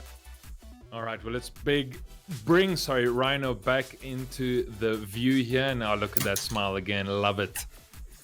Always going to bring the smiles, boys. Always going to do it. And Death Cloud brought the smiles to the stream as well. A fantastic game from them. Obviously, 3-1 victors in the end. They did drop that final game in OT. We'll talk about it in just a moment. But the biggest talking point coming out of that game has got to be Rax, hasn't it? I mean, 8 goals across the series, scored 5 in 2 games at the start. He was absolutely frying the Monarchs. I love to see that. We talk about people who maybe stick around in Prospect for a couple of seasons or here in the Elite Division. I don't think that's the case for Rax. I can see him climbing through this very quickly, starting to join those upper tiers, maybe even Masters in a year or 2. But I mean, what a fantastic performance. And the way he did it as well. He seems to understand all of Rocket League. He had his 3s down where he was getting really nice rotations with his team or following up quickly to their plays. But he also had the 1s mentality where he was not afraid to take the little dribble. That flick was perfect. The whole of Twitch chat, shout out to you guys. I saw that you were just as excited as we were. But I mean, he just played a perfect perfect is maybe a strong word to use, but certainly a great game all round in whatever role he was required. Absolutely thought he was exceptional. Another player I thought was exceptional was actually the Death Cloud captain, Mus, because Sora made sure that Rax had that room downfield by being a rock in defense. Yeah, Sora did a phenomenal job there, Ryan. I think we mentioned already after like game 1 or 2 that there was the Savior medal already from Sora, right? And so just exactly as you say, just rocking defense, just did phenomenal job around the field, just enabled his players. And I think we were saying in Series 1, their Ultrism, that captain, what are we going to see from a captain? And, Sora really kind of put on the big boy pants tonight, and yeah, phenomenal job. Decent saves, good assists, kind of just all-round player. They're really just, MVP in my eyes. Yeah, Rax did all the scoring and kind of did the showboating tonight, but yeah, Sora put in that groundwork. Yeah, certainly did. Well, Deathcloud building off their brilliant prospect game in their rival tier as well. And so were the casters as well. A fantastic shift from Alt and Muzz. Thank you both so much for coming on. We appreciate you. We're going to leave you both to enjoy the rest of your evening now. But we really appreciate you coming on and giving the stream your voices. Thank you both. Oh, it's been a pleasure, man. This game, just too good to watch. I'm going to be going straight to Twitch. I'll see you guys there because the rest of this is RSC, man. We got to be here to support. Love it. Well, there we go. They are out the door. Let me see in Twitch chat your love for Ultrism and Muzz. They took some time out their evening to come and give you some quality content. And that's exactly what we got. So thank you very much to both of them. Now, we can recap what has happened so far this evening. So let's go ahead and take a look at that. We started the night down in Prospect tier, and what an outrageous game it was. We had Deathcloud Mist taking on Azura Nightwalker, and it ended up being the Mist that took the victory. There you go. They won it in a sweep 4-0. Had to go to OT in game number 4 to do it, but they did a fantastic job. Meanwhile, in that second game that we've just watched, it was in the rival tier.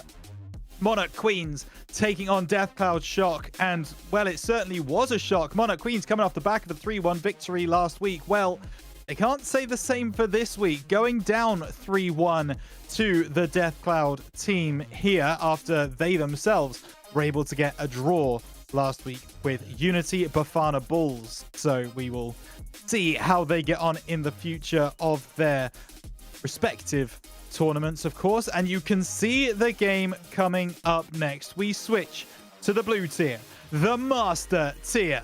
It is going to be Shadow Abyss taking on Ox Gaming Wildebeest. And to bring you all of the action for the next two games, we have got the wonderful Bromeo and Naori Mizuki for the only person to return for RSC SSA Season 4 so far. Welcome back for your second week. And Bromeo, for the first time this season, welcome to the Thursday stream. How are you feeling? Man, I'm so excited. Like, I say that every time I join. That's just something that I do. And making my camera blurry is apparently also something that I do. So I thought I wasn't wearing my glasses. Yeah, no, because I decided to do fun stuff like that. That's the last time I try and make finger hearts for the stream. Sorry, guys. None of that. I got, told off there. But I'm so chuffed to be here. I saw, the first stream from Comic-Con, and now I get to be here in the hot seat to cast another game with Naori Mizuki as well, which I'm so excited for. And I mean, I'm so excited as well. So have you back on, Sam. It was wonderful to have you in week 1. Did a fantastic job. Couldn't turn away. Could you back for more? Seems that way. A little starstruck. I get to cast with Bromeo today, so gonna have to be on my best behavior. Either that or I have to make a fool out of him. I haven't decided which yet, so we'll figure out as we go. Man, I can't do finger hearts from here now because I'm just gonna mess up the resolution now. So what am I supposed? So am I supposed to chill back here and just? No, you got to do the Gen Z heart. How do you do this, guys? Yeah, you got it. Yeah, It's that easy. Okay, we're winning. I'm fully on the side of take the mic, Sam, by the way. Just absolutely roast this man. But we do need to talk about these two teams coming up. This is our first Master Tier game of the season live on stream, and I'm so excited to bring it to you. We've got Shadow Abyss taking to the field. They won week 1 in a sweep. Unity Zulu Thunder going down 4-0 to this Abyss side, Bromeo. And they've got a roster that kind of backs up the Shadow name. Oh, they do, and it has been a team and a half witnessing what these guys did last week. They put in an inordinate amount of goals. I think they scored 17 goals in their opening game, so that is absolutely massive from this outfit. And then I had to have a look at the team. I had to see who are these Shadow Boys putting in the the margins. And I had a look, and their highest rated player is Scruffy, which is good to see him pairing up with Wee Casper. So seeing both of those players, and both of them have very strong top 12, top 16 RLCS action frequently, and pairing up with Mithril and Mojito down below, that's going to be a very strong fighting team. So I'm interested to see how Ox brings it tonight.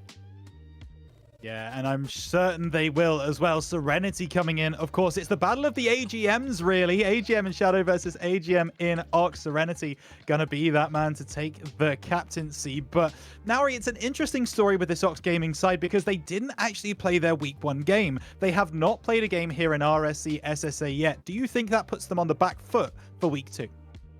I mean, maybe not necessarily for week 2 specifically, but for the season as a whole, certainly. I mean, to not have that extra opportunity to get those extra points and stuff. And we want to talk about storylines about this roster. I would just like to point out that one of their players, Tweaks, Omnius Gaming player. One of their other players, Serenity, Omnius Gaming player.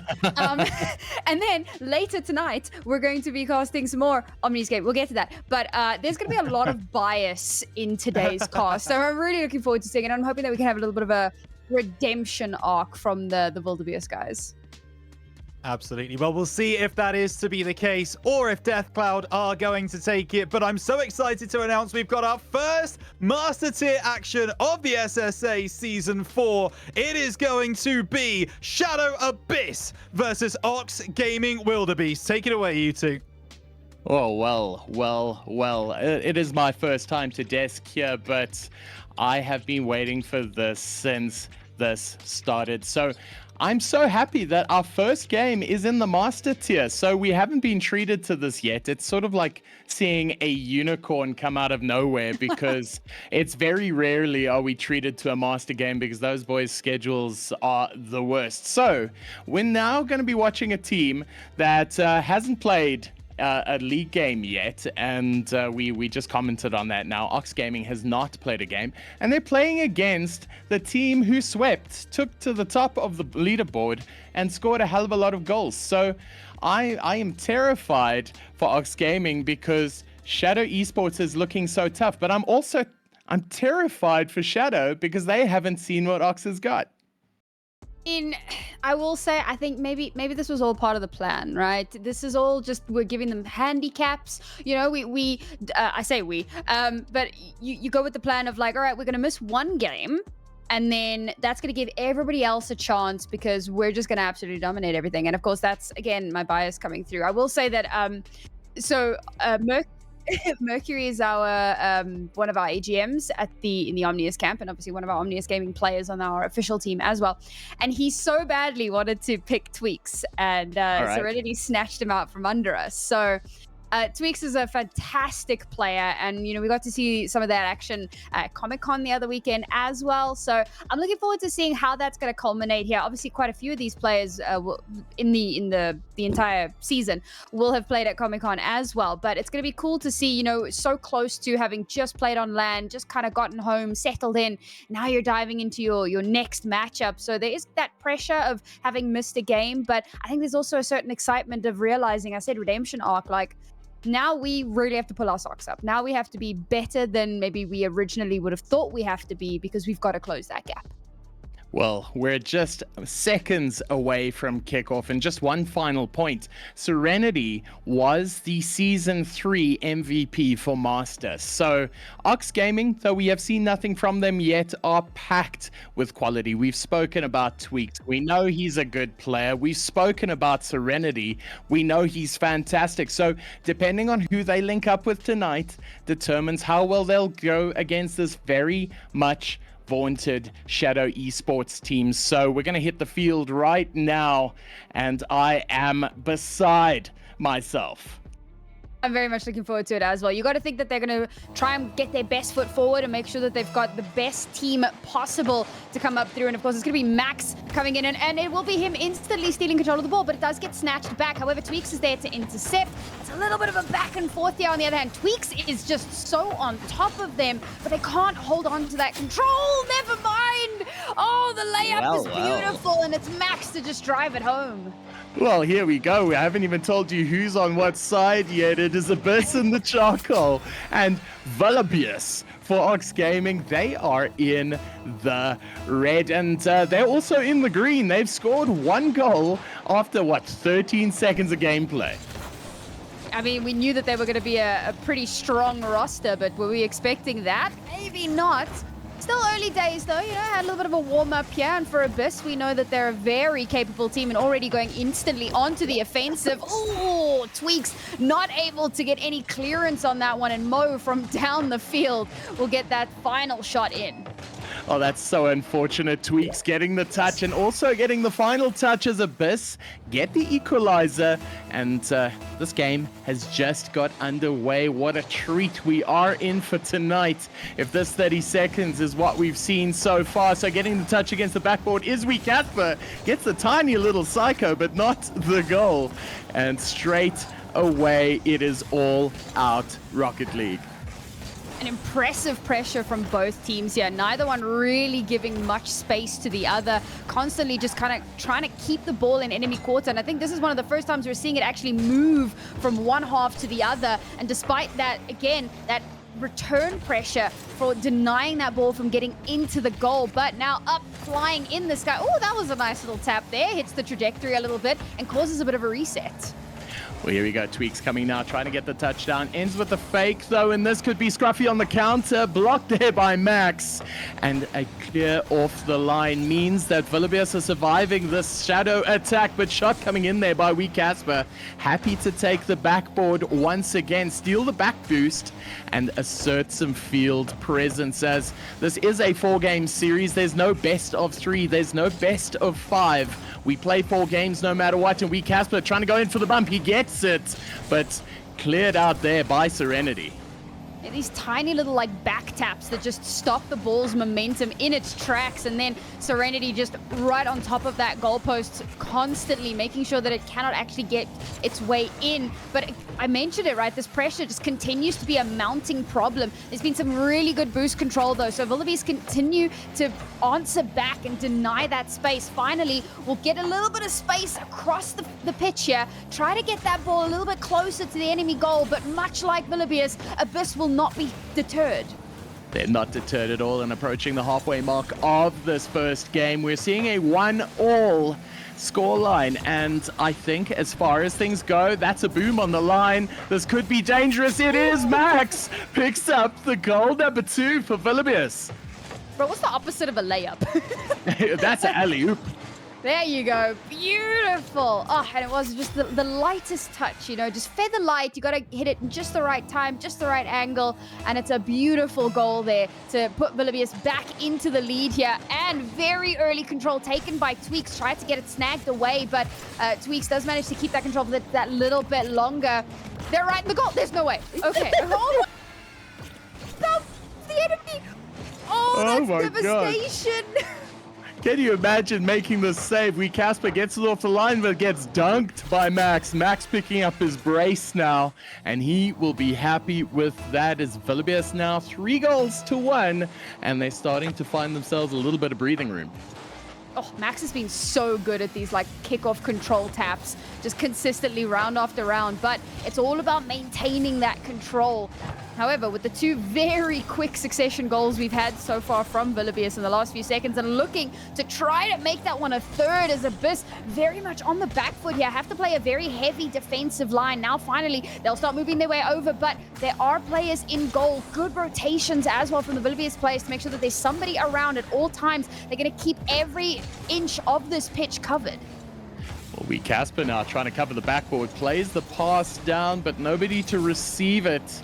Meaning Scruffy forced onto the defense. Now they haven't had the strongest start, and they'll look to respond here in kind. He dribbles one, gets the pass off, gets the bump, but Tweaks, the much vaunted player here, now forced onto defense. Can they get it in? And yes, they do. Mo picking it up. This is the definition of squeezed it in. Look at that. Just the whole point of this was just to keep the momentum as slow as possible so that the ball could like just drift its way down and get nudged in at the final moment. 1.5 minutes left here. Bolivia still have control for now, but Abyss showing a lot of really good signs early on here. So the possibility of an equalizer certainly on the horizon if they can just keep that pressure up that little bit more, force Bolivia onto the back foot. But again, these intercepts have just been so strong. They have been indeed, and so much of this game has been fought with the 50. They have attacked, they have countered, and so far there is only one goal separating both of these teams so far. So Scruffy's going to try and take it in the corner. He gets dispossessed. That is a goal by Max, and that will count as a defensive error. Am I tripping? Has Max gotten every single one of the goals so far? I think he's picked up 3 goals that I've seen, so I'm not sure if he's picked up all 4. That's insane. Max has just been on fire. We're talking about who's that third man going to be, and well, he has stepped up. They certainly chose the right person for the job. Once again, ball intercepted, handed over to Serenity. Serenity passes down to Tweaks. The goal's wide open. It's the freest goal of their lives. What a flick there. I honestly didn't know what was going here. Tweaks was happy to take it. It was going to roll. He gets the flick. It almost hit the crossbar, and that would have been a little bit sticky to get out of. But what it does mean now is Villibius are 3 goals ahead. So Serenity picking up into the middle now. Tweaks not getting the touch across, and you'll see Abyss. They need to counter, and they'll want to do it pretty soon because every single game counts. In RSC, you get a point for every win. And that is all that matters. So there is no wasted goals. There are no dead rubber games. So Bolivia are up for now, but 30 seconds left on the clock. Oh man, these little baby taps that just deny the momentum have been so good to watch. And as it looks like it's maybe going to be Abyss getting another goal here. Max again in the way, stopping that momentum twice in a row on them constantly with just under 10 seconds remaining. And now it's going to turn into that game of volleyball. Can we get that ball down to ground in the final moments? And yes, they do indeed. A 3-point lead at the end of the game. Villibius take the first 5-2. Well, how about that? What an opening game we've witnessed, and Abyss getting blitzed by an Ox attack that we didn't see coming because they haven't played a game yet. Yeah, I mean, that was the big question, right? Like, what is this going to look like? And you were saying that it could be a bit of a concern for Abyss, having not had an opportunity to see, to be able to kind of check and see what this might look like. But they've got to be at least familiar with the more, prominent players in the scene. And they've got to be aware that, okay, it's going to be tough no matter how you look at it. So not the same crazy 17-goal type of shenanigan, or, well, I suppose it could still amount to that. But it definitely did feel like the Villibius had the upper hand for most of that game. And well, a 3-round lead certainly does go to show that. But every game is its own arena. Every match is its own battlefield, and anything can change from game to game. So I'm looking forward to seeing what the second game is going to look like. I think that Abyss is going to have a lot to say for themselves after what I think is, for many, maybe a very surprising one-sided defeat. Well, not surprising to chat, because according to them, 71% of chat thought Ox was going to take this game. And according to the first game, they might not be wrong. So here we are, heading into game number 2 of this 4-game series, and it's a fresh slate for both. And this time around, it's not Villibius that gets the control. Scarra is able to get a lot of that early control here. Now they're playing very dangerously in their opponent's half, trying to get space, trying to find some momentum. But again, Villibius on them like flies on leftover braai vleis, just not allowing any of that space. But where's the follow-up? There's unfortunately no teammate there to try to bounce off of. Now they're all in position. They're trying to find that momentum, but Villibius has snatched the ball away and have moved over to the other side of the pitch. I feel like there's a problem with that analogy because there's no such thing as leftover braai meat. So, bearing that in mind, Casper going to take it up the field, force it into the corner. Can he get the third touch to get it over Mo? Putting it down to the middle and quickly on the counter now. Max Gonna try and touch it through. They pick up the mid boost. Tweaks puts it through, but a very good scramble defense here by Abyss means they survive the early onslaught. 1 minute left. Oh, sorry, 1 minute off the clock so far. And Tweaks gonna take it off the ceiling now. He gets the first beat, gets the second touch. Can they squeeze it over like they did last game? No, they can't. And Abyss still on the defense though. Yeah, much stronger defense that we're seeing out of them this time around. We had a really strong attack earlier and lots of pressure laid up, but Volibears were just consistently getting those goals through the cracks. This time around, however, Abyss are kind of tightening that line a lot more. However, oh my god, it bounces off! Oh, that's devastating, and a beautiful boost there to get the ball as far away as humanly possible. What could have been an opening goal for Volibears goes completely awry. Ooh, Volibears now on the defense. Max forcing the pass through to Tweaks, gets the clear, and Casper alone at the back is going to defend against Serenity now. Gets the 50, but Max plays the shot in. Mo reading it. Casper now just needs to get a good redirect, but Tweaks with some heroics on the line saves it away, and Volibears surviving in an Abyss attack. Well, they continue to attack. They're not letting up at all. Volibears trying desperately to move that ball onto the other side of the pitch, but Abyss are constantly kind of in the way. So now they've got that control back in their hands. I'm going to start moving back over the demo. Opens up a little bit of space here, but Tweaks is in a perfect position to stop that momentum. However, instantly stolen back. It's laid out, bounces off again. And again, another goal is denied. Control flips back over to Volibears, but Casper to steal it back. What a series this has been so far. Volibears launching attack after attack against this resolute Abyss defense. And so far, Scruffy passing down to the middle. Casper getting the pop up into the air, and it's now going to be Tweaks.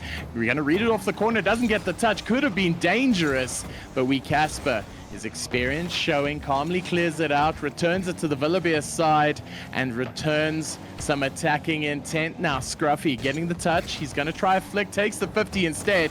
Mo now 50ing that one up. This has been such a closely contested game so far. It has been a game of inches. Well, inches is as good as a mile, they say. In this case, maybe not. There's no way. Oh my goodness, bro. Every time I see no one in the goal, I have a slight panic attack. But there you go. We started to clear some movement over towards the Abyss half. And there it is. Beautiful. Bounces off the opponent's head. And Tweaks will snag that final shot. And we'll finally have our first goal of the second game. Took us a bit of a minute to get here. Minute or two. But we got there in the end. But we got there, we did, and speaking of getting there, it is Volibears now 1 goal ahead, and it was that layup by Serenity electing to go for the backboard, pulled in 2 defenders, and ultimately opened up the gap in the defense. Oh no, there's a rule 1 here now. Serenity got an open shot at goal, but scrambled back. Casper forced onto defense here. Could be a goal here. Faked! Oh my gosh, and Serenity with a disgusting little goal there. I'll be real, I didn't know you could dribble in Rocket League. That's fantastic. What a well, now you know. Fancy wheel work? There's no feet. But it's a beautiful second shot, and now Abyss at a bit of a disadvantage and have a bit of a tall mountain ahead of them to climb their way back in. We're just at a minute remaining. 2 goals required to even things out and potentially get us an overtime scenario, but so much more to get done if they want more points in the series. 100% they do, and trying to force the issue and get a 3rd goal for the game is Volibears. But right now, Mo trying to fake in the touch, but Tweaks electing to go all in on defense. It's now Serenity taking it up against the backboard. It's going to try and set up a 50 in the sky as Tweaks plays it into the air. Now they're happy to burn the clock. They're 2 goals ahead. They do not mind. Now Serenity taking it to the side, and that's what they're going to do for the remainder of this game. They're going to try and get as much off the clock as possible, because they know the longer they keep Abyss away, the better chances they score. But they pick up goal number 3. It won't count for much, but right now they're applying psychic damage. Absolutely right. It's all about getting in your opponent's head, the mind games, and forcing them into a situation. Because remember, like, with this being a draft league and maybe some players that haven't played much together before, it could be a lot easier to kind of get under their skin a little bit here. So perhaps that's the strategy that we're employing, but with just a few seconds left. Oh, it hasn't touched ground. They've somehow kept it up in the sky. They're desperately trying to at least get one more, but no, it will touch ground. And Villabius, another map with a 3-score lead, this time a 3-0 for the second match. Well, a 3-0 indeed. They've picked up the second game on the trot and starting to look more comfortable. However, and I say this as the biggest caveat, for the longest time, that game was a dead heat. So we need to think of this in a little bit more of a broader picture thing. And we don't have the luxury of getting settled into a best of 7. 2 games are done now, and there are still 2 games to go. So the best that Shadow Abyss can hope for right now is a draw. And at the very least, Ox Gaming is going to go for the jugular here now in game number 3. They'll want to settle the scores here in game 3 because why drag it out? Yeah, absolutely. I also feel like we're seeing a lot more signs of life out of the Abyss roster. It feels like they definitely kind of pulled themselves towards themselves a little bit, particularly for the first kind of half of that match. And then once that first goal came through, it kind of hit a little bit of a speed bump there and they struggled to get that momentum back up. But if they can keep doing that, right, you've got a moment now to just kind of chat it out a little bit. All right, what went well in that game? What can we expound on? There's definitely some potential. And I feel like they almost like fully reverse gear. So, you know, game 1, they're like attack. And game 2, they're like, whoa, our defense was really shoddy. We need to buff our defense. And so they hard focus on the defense. And it's like, okay, but we still have to get there. We still have to actually get to getting a goal. You can't just live on the defensive side. And so I think that finding a good balance between those is what realistically is going to be the big thing here for Abyss. Can they do that, you know, within the next 2 games of this series, or is that something we're going to have to wait until next week to see? Well, what we won't have to wait for is game number 3. That's starting right now in this 4-game series. And immediately, Villabius are going to take possession into the Abyss half, trying to take an early opener into the account. It's going to hit the backboard, causing a little bit of chaos. Tweaks with the shots. And Scruffy forced into the save. Immediate dramatics, and we're only 15 seconds in. Just constantly keeping up that pressure as far as possible. And again, just Villabius on top of them at every step of the way. It's like you're a god in basketball, right? Like a similar thing going here. Everybody has that one person that they need to watch, but unfortunately, they've left the goal entirely open and, well, unguarded. And Abyss, within the first few moments of this match, will get themselves a goal. And I believe it's the first time they get the first goal, so hopefully that'll be the mental reset that they need. Oh man, I wish I could have seen that from Serenity's perspective, because it looks like Serenity expected the wall, but then got the ground dribble instead by Mo, who just cut him on the inside and shredded to pieces, picking up Abyss's first goal and coming out shot across. Can they get a second? Yes, they can. Scruffy picking up the second goal in what feels like the second. That's what I was saying, man. The first couple of maps, it was just a warm-up, right? We're figuring out what our momentum's going to look like. We're figuring out how we're going to deal with this, with the pressure that we're experiencing from Villabius. 2-0 lead, and we are barely a minute in. Villabius now, a tough ask for themselves to try to come back into this. Ooh, miss there allows Villabius to continue to kind of keep up that pressure, but not out of the woods just yet. Abyss still very much have an opportunity. That being said, kind of as I say that, they've already dribbled their way all the way across the pitch to the other side, but it's Abyss who constantly maintain that control. The goal is empty again. Can they sneak it in? Yes, they can. Serenity just a little too far to the side, and it sneaks its way into goal. Oh my gosh, what a shot by Wee Casper, finishing it off with an exceptional wall read, and that's going to get clipped for later. Abyss now 3 goals up. And just over a minute in this game gone. So a fantastic response by Shadow, and they'll be looking to extend upon this, because if this is what we're going to see, the least we should be expecting is a draw, as Wee Casper, who just scored that absolute banger of a goal, showing exceptional leadership in taking this one through, picking up the game, the series even, by the scruff of the neck and saying, hey, come on, let's go.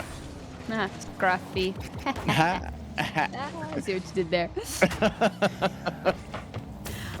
All right, we had a little bit of a stalemate at the moment. Just kind of the tug of war towards the middle of the pitch here, trying to see who can garner that control. Vilibius get dangerously close to finally putting one away. But Abyss finding those opportunities, stopping that in its tracks. Now, Vilibius again very close to a possibility here, but have to be very heavily on the defensive line.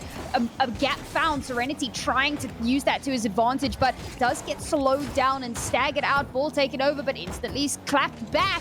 Now, Tweaks looking for that opening, but again, Abyss constantly on their tails. Almost there with a redirect shot, and that would have been an absolute zinger if he caught on the end of that. But Serenity still keeping up the pressure. Hands it off to Tweaks now into the corner. Read by Mo. Gets the demo on the goal line. They don't have a third player there. And it's a scramble defense now as they're just trying to get it out. Mo, Scruffy, not a lick of boost to their name. Trying to survive this Vilibius onslaught. Casper, no. Picking up the 100. Ooh, lead blocker going in. They get the fourth. Was a read, or if it was just like the greatest timing of all time. But you were saying it right, there was like no boost left. Vilibius had very little. They were busy trying to recollect that, and in those moments Abyss can just snake their way all the way down the pitch and lock in a fourth goal. Vilibius now very much on the back foot after the first couple of matches. To see them kind of this heavily at a disadvantage, it's not looking too good for this match in particular, but can they fight back? Very close here. Oh, that could have been what could have been, but there it is. The follow-up is good, and finally Vilibius will put themselves on the board. Oh, so close. You saw the ball flashing. I felt like it was over the line for the longest. It was almost an immaculate save there by Mo, but Vilibius picking up a goal. They're gonna see if they can walk this one back. It is, like you said, a bit of a mountain to climb. He lost possession there and defending up against the backboard now. Straight off the bat, they are launching the counter, and Mo getting a touch, no boost, can't do anything but bumped there away. He gets the second flick. Can he get it? Oh my gosh! What a play by Mo. Oh, and Vilibius just like walked straight out of the goal. That's the worst part. I feel like they're getting in their own heads a little bit. They're like, all right, guys, the best defense is a good offense. And unfortunately, it's just not working out for them. They're trying to get in Abyss's faces, and you give them half an opportunity. Well, they're absolutely going to take that into hand. Now, the kick up into the next one, 1.5 minutes remaining here.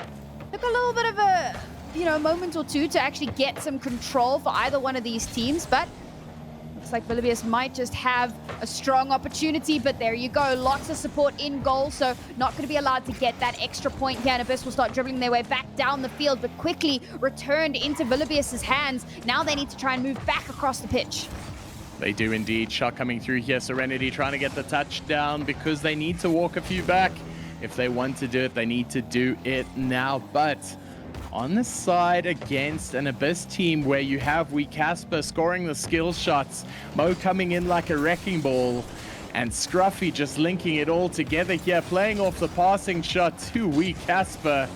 This is an outfit that looks reinvigorated, rejuvenated, even heading into this game number 4. They are going to pick up the dub here unless something absolutely crazy happens.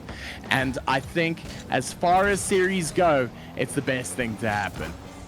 Yeah, I think this was a really, really important one for Abyss to do well in. And I think, again, it's not just about finding your own momentum, but it's also about you haven't seen these guys playing, at least not in this exact 3-person lineup. So you're not 100% sure of how they're going to be playing and what positionings they're going to be taking and what that pressure is going to be looking like. So sometimes it takes you a moment or two. Lost second goal there. Does it really matter? Not really, but it was flashy.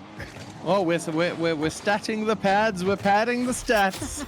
And Max will take it. Assisted by Serenity there. It won't count for anything at the end of the day, but it will be a response. And a response is what's required after a demonstration there that by Abyss that they are here to play some Rocket League. So as far as things go, I loved that response by Abyss. It's what we needed to see for the quality of this game. It looked like Villabius were coming in marching. They'd already picked 2 games up on the trot, and something must have been said at the halftime between game 2 and 3 for such a response like that. Yeah, I'm really excited for the last map, not least because map 1 was a 5-3 a 5-2 in favor of Villabius, then a 3-0, then a 5-2 in favor of Abyss. I'm seeing a pattern emerge here, and I'm wondering if our last one is going to be a 3-0 in favor of Abyss. Maybe it might even end up being that way if Villabius can't kind of pull themselves towards themselves a little bit more here. It feels like I was saying it towards the end there, but maybe getting in their own heads a little bit too much. You know, when you're winning, it's easy to be confident. It's easy to communicate and to be on top of everything and to be playing off of one another beautifully. But when you're on the back foot, it can also be very easy to kind of devolve into that stress situation, that fight or flight, that especially if you know you're a good player and you maybe don't have as much synergy with all 3. And obviously we know Serenity and Tweaks play together, but how much have they played with Max? And is there a moment where you're like, oh, I need to make a hero play right now? You know, I need to be the guy, I need to do the thing. And then everything just kind of falls apart at that point. So the mental game is a really, really important factor. Well, mental games are strong by both of these. They are both certified winners, and we will find out in this game number 4 whether it's going to be a 3-1 Abyss, whether it's going to be a a tie for Abyss, a 3-1 for Villabius. But one thing we do know is production hates us, so we just missed an Abyss opening goal. Thanks, production. Can't believe Thanks, you've done production. This. It's fine. I'm sure there will be many more for us to watch if that last game was anything of any sort of an indication here. And Abyss already very much on the offensive, looking to follow it up with a quick second. Villabius realizing that they can't really allow that to happen, but are they in position? Yes, Max, nice little boost there. Get himself up in the sky. Try to redirect the ball as far as possible, and they've done it. Serenity now has that control, but snatched away by Casper. Oh, and very quickly, Tweaks is there just to deny any space garnered, but not for very long. Scrappy already on the move towards the goalposts. Pace of this game picking up quite substantially as Serenity takes it to the wall, met by Mo, though, as Scruffy takes the 50, and you'll see that so often. Most plays are counted immediately by a 50. Not there, though. That's countered by violence, as we see a demo come in, disrupting the play there, and Scruffy retaining possession, passing it across field, electing to take it mid, and Serenity now having to do a lot of work from his own corner. Scruffy laying it down. Shot coming in here by Casper. He's going to take it up. Gets the beat. Tweaks floating what feels like forever, dispossessed by his teammates to allow for the clear. But what a start to this game number 4. You know, that one goal aside, very much a back and forth affair here. Casper trying to set himself up, but unfortunately not able to finish the job. Now Max has that control, going to start moving his way across the... He snaked straight past! Oh, that could have been the craziest little snatch away, but no, he somehow manages to twist and turn his way straight past Scrappy, maintains control of the ball over top of Mo to get the ball straight through. Oh, that was sexy. Please, Scruffy, slow down. I am married. What a shot was that? And Serenity with the boom off the bat, and what a counter by Abyss. And Villabius, it is one apiece so far. And it's turning out to be an absolute classic so far. Tweaks with the shot coming off. It's going to hit the backboard and cleared away by Mo. Serenity now. Can he play the shot down? Yes, he can. And picking up another for Villabius.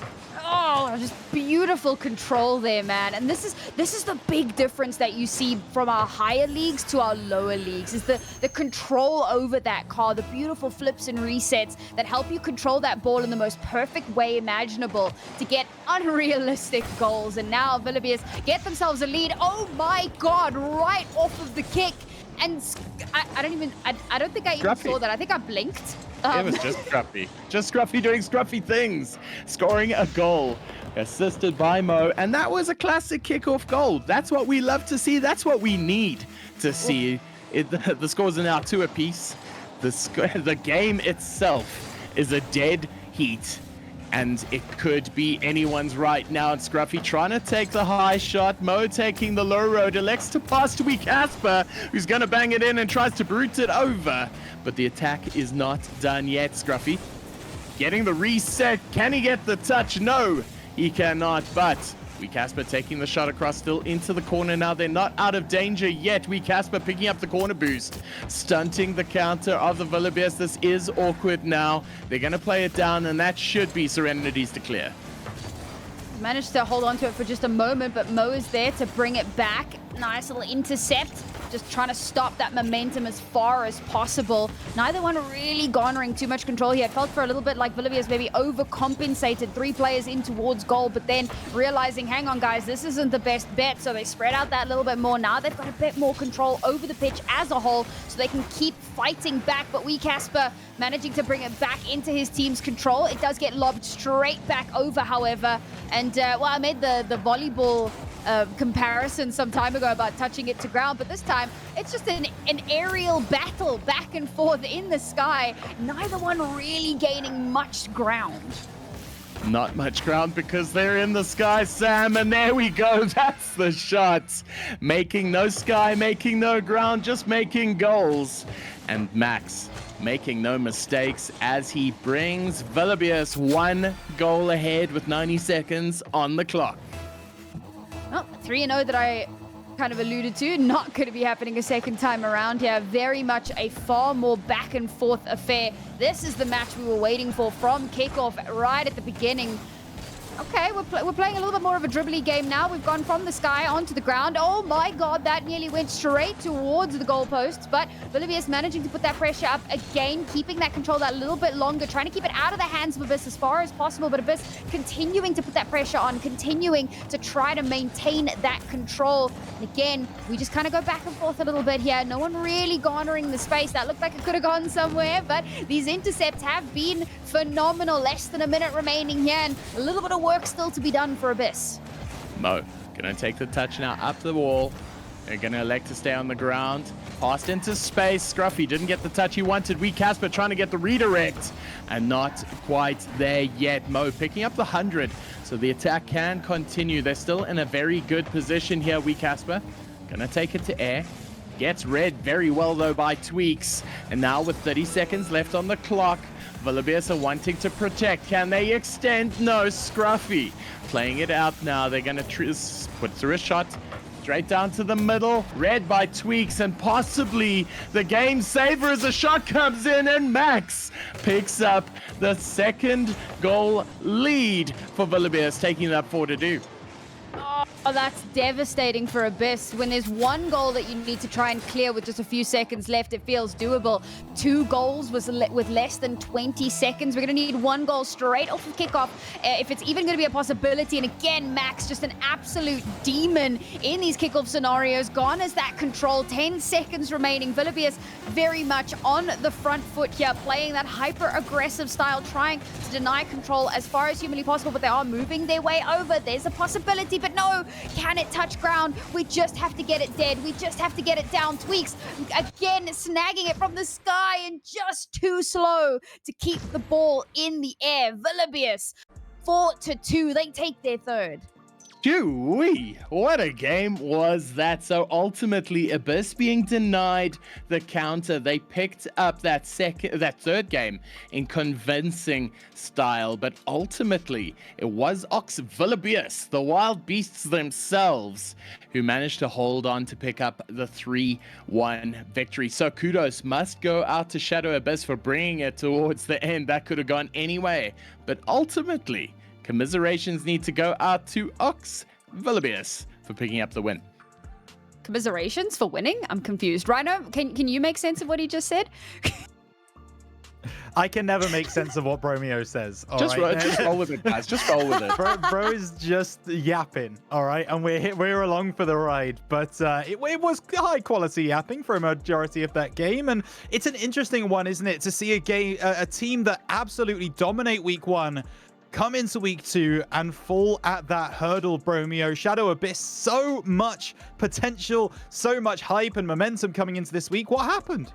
I have no idea. When I saw Wee Casper scoring that Daniel goal, that pickup straight to air dribble up against the backboard that time, and then dunked straight down in. When I saw the Mo counter, when he was a wrecking ball of a car where he physically beats, like that was abuse that he applied upon that Abyss team. I thought that was a counter in the making, and I was expecting a draw, and I feel like that's what the series deserved. But ultimately, Ox Gaming coming out with the counter and picking it up at the end.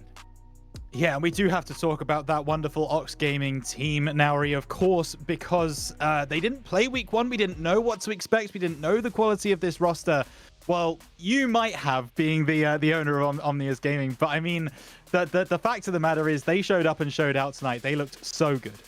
Yeah, I think it's difficult, right? Like, so if you follow the main circuit of Rocket League, then you should be somewhat familiar with these guys. And as I was saying a little bit earlier, they played at Comic-Con, and sure, they didn't have the best performance on LAN, but they did well. They played really well, and they brought all of that experience that they've garnered over all of these months and so into today's game with honestly, the addition of Max was fantastic. I didn't know what to expect from this guy. I mean, most of you know I'm pretty new to the Rocket League scene in South Africa, so I don't know what to expect from most of these players, but that was very, very impressive. I think 4 of the 5 goals in that first game were just him. He was constantly getting control of the ball very early on, which kind of stopped a lot of the momentum for Abyss. Like, he was a key player here. You already know Tweaks and Serenity are good, but to have that extra bit of support and firepower, this is going to be a scary team as the league goes on.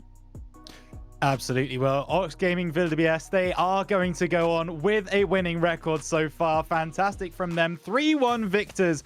And Shadow Abyss, they go 1 win, 1 loss on the season as well. But they do pick up a game. There's momentum to take forwards into next week. So we now are going to make the biggest jump possible here in RSC. We're going from Master Tier to Prospect Tier. And it's wonderful that we've got Nauri on the cast for this one, because it is, of course, her organization that we're going to be watching. Omnius Rise taking on Monarch Jokers. And Bromby, I'm going to come to you first. 2 unbeaten teams through week 1. This is going to be a fascinating watch for everybody. I think it will be indeed Rise, scoring 10 goals, conceding 10, so it's a net standard there. And Jokers scoring 20, conceding 3. So yes, they've both won games, but have they won them as convincingly? And oh man, that's a lot of goals to be scoring in your opening game. So look, this is an equal standing. I'm not pulling any favorites because I know there's already favorites in the crowd, but that Monarch team, though.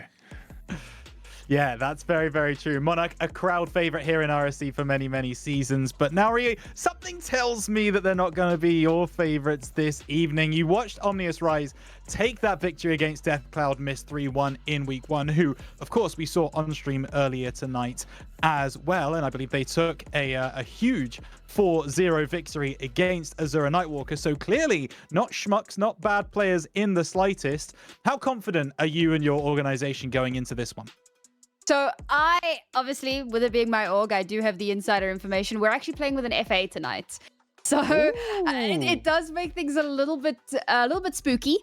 Very tough to tell. He was somebody that was on our original draft way back before we had to cut down. So the players will be somewhat familiar with him at the very least, having played kind of the preseason matches and so together. But it does leave a lot of question marks about what is it going to look like tonight? And coming up against a really strong opponent, there's so many variables that you have to consider. So while my heart is behind Omnius, and it will be a very biased cast, sorry, not sorry, I'd be lying if I said I wasn't a little bit worried. Well, we'll see how worried you actually need to be as we kick off the final game of the night. Week 2 in RSC SSA Season 4 ends with a Prospect series. It's Omnius Rise versus Monarch Jokers. Take it away. So I put it in the chat that I love watching prospect games. It's where we all start. It's the most passionate. Most of the GMs, most of the admins are in prospect. So it is the breeding ground of passion. So you're all bad. Yeah, no, we're all terrible at the game. Make no mistake. But not everybody remains in prospect forever. So this is where you get to see who is going to be perennial prospect and who's going to be, slightly not prospect next season. And as we've seen so many before, I think there's a couple of players now playing in Master who started in prospect season 1. So there is the circle of life. Will we be seeing that tonight? I'm not sure, but you said you're playing with an FA. Do you know who that FA is? It's Yannick. Okay, and then, Yannick, EU player as well. Yes. Oh, there we go. Interesting. And I'll be very interested to see that opening lineup because they are going to be going up against a very strong team of Creven, Flace, Swifty Rocks, and A50 Clutie rounding out the bottom side of that. So you'll probably see the first 3 of those starting. And depending on how that game goes, they might throw in A50 towards the end. I'll leave the team tactics out of it because this is prospect. Anything can happen. Are we going to see flip resets? I don't know. Probably not. But then for the first game, we did see a flip reset or two. So maybe my views are antiquated. I don't know.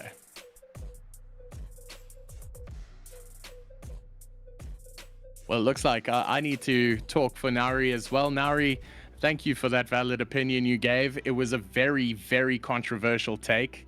And honestly, I don't know why you said that. So I think we're going to go to the game now very shortly. And at the very least, I just need a little bit of time to recover from that controversial take. So here we go now. It is Monarch versus Omnius. This is Prospect in name, but it is SSL in passion. Rising Green Jokers in yellow. Let's call it gold.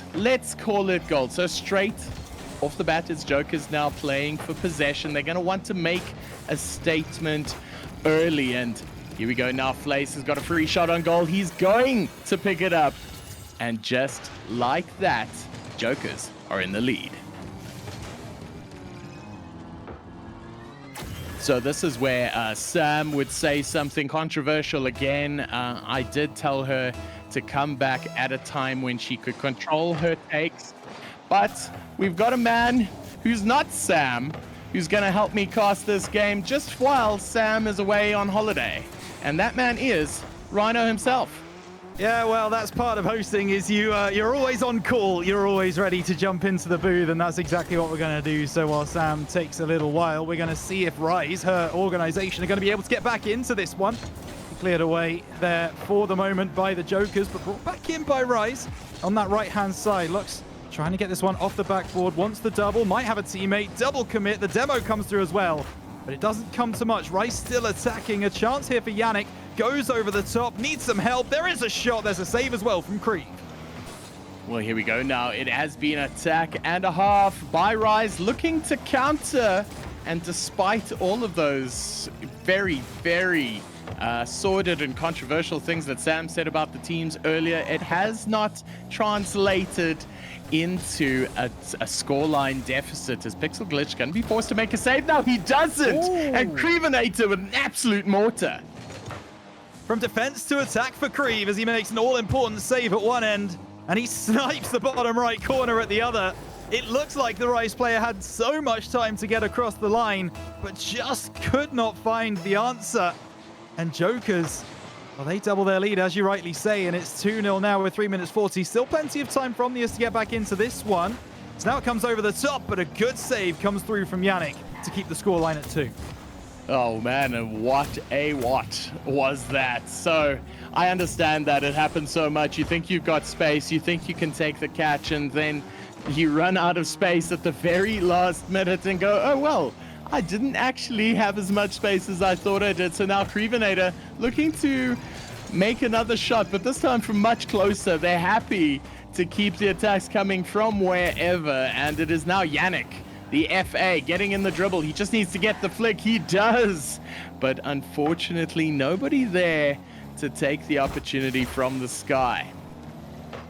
Again, although Yannick may be an FA, he is so well known in the RSC kind of setup at this moment. He's a very well-respected player in the prospect tiers, and I'm sure he will be looking to do a good job here for Omnius.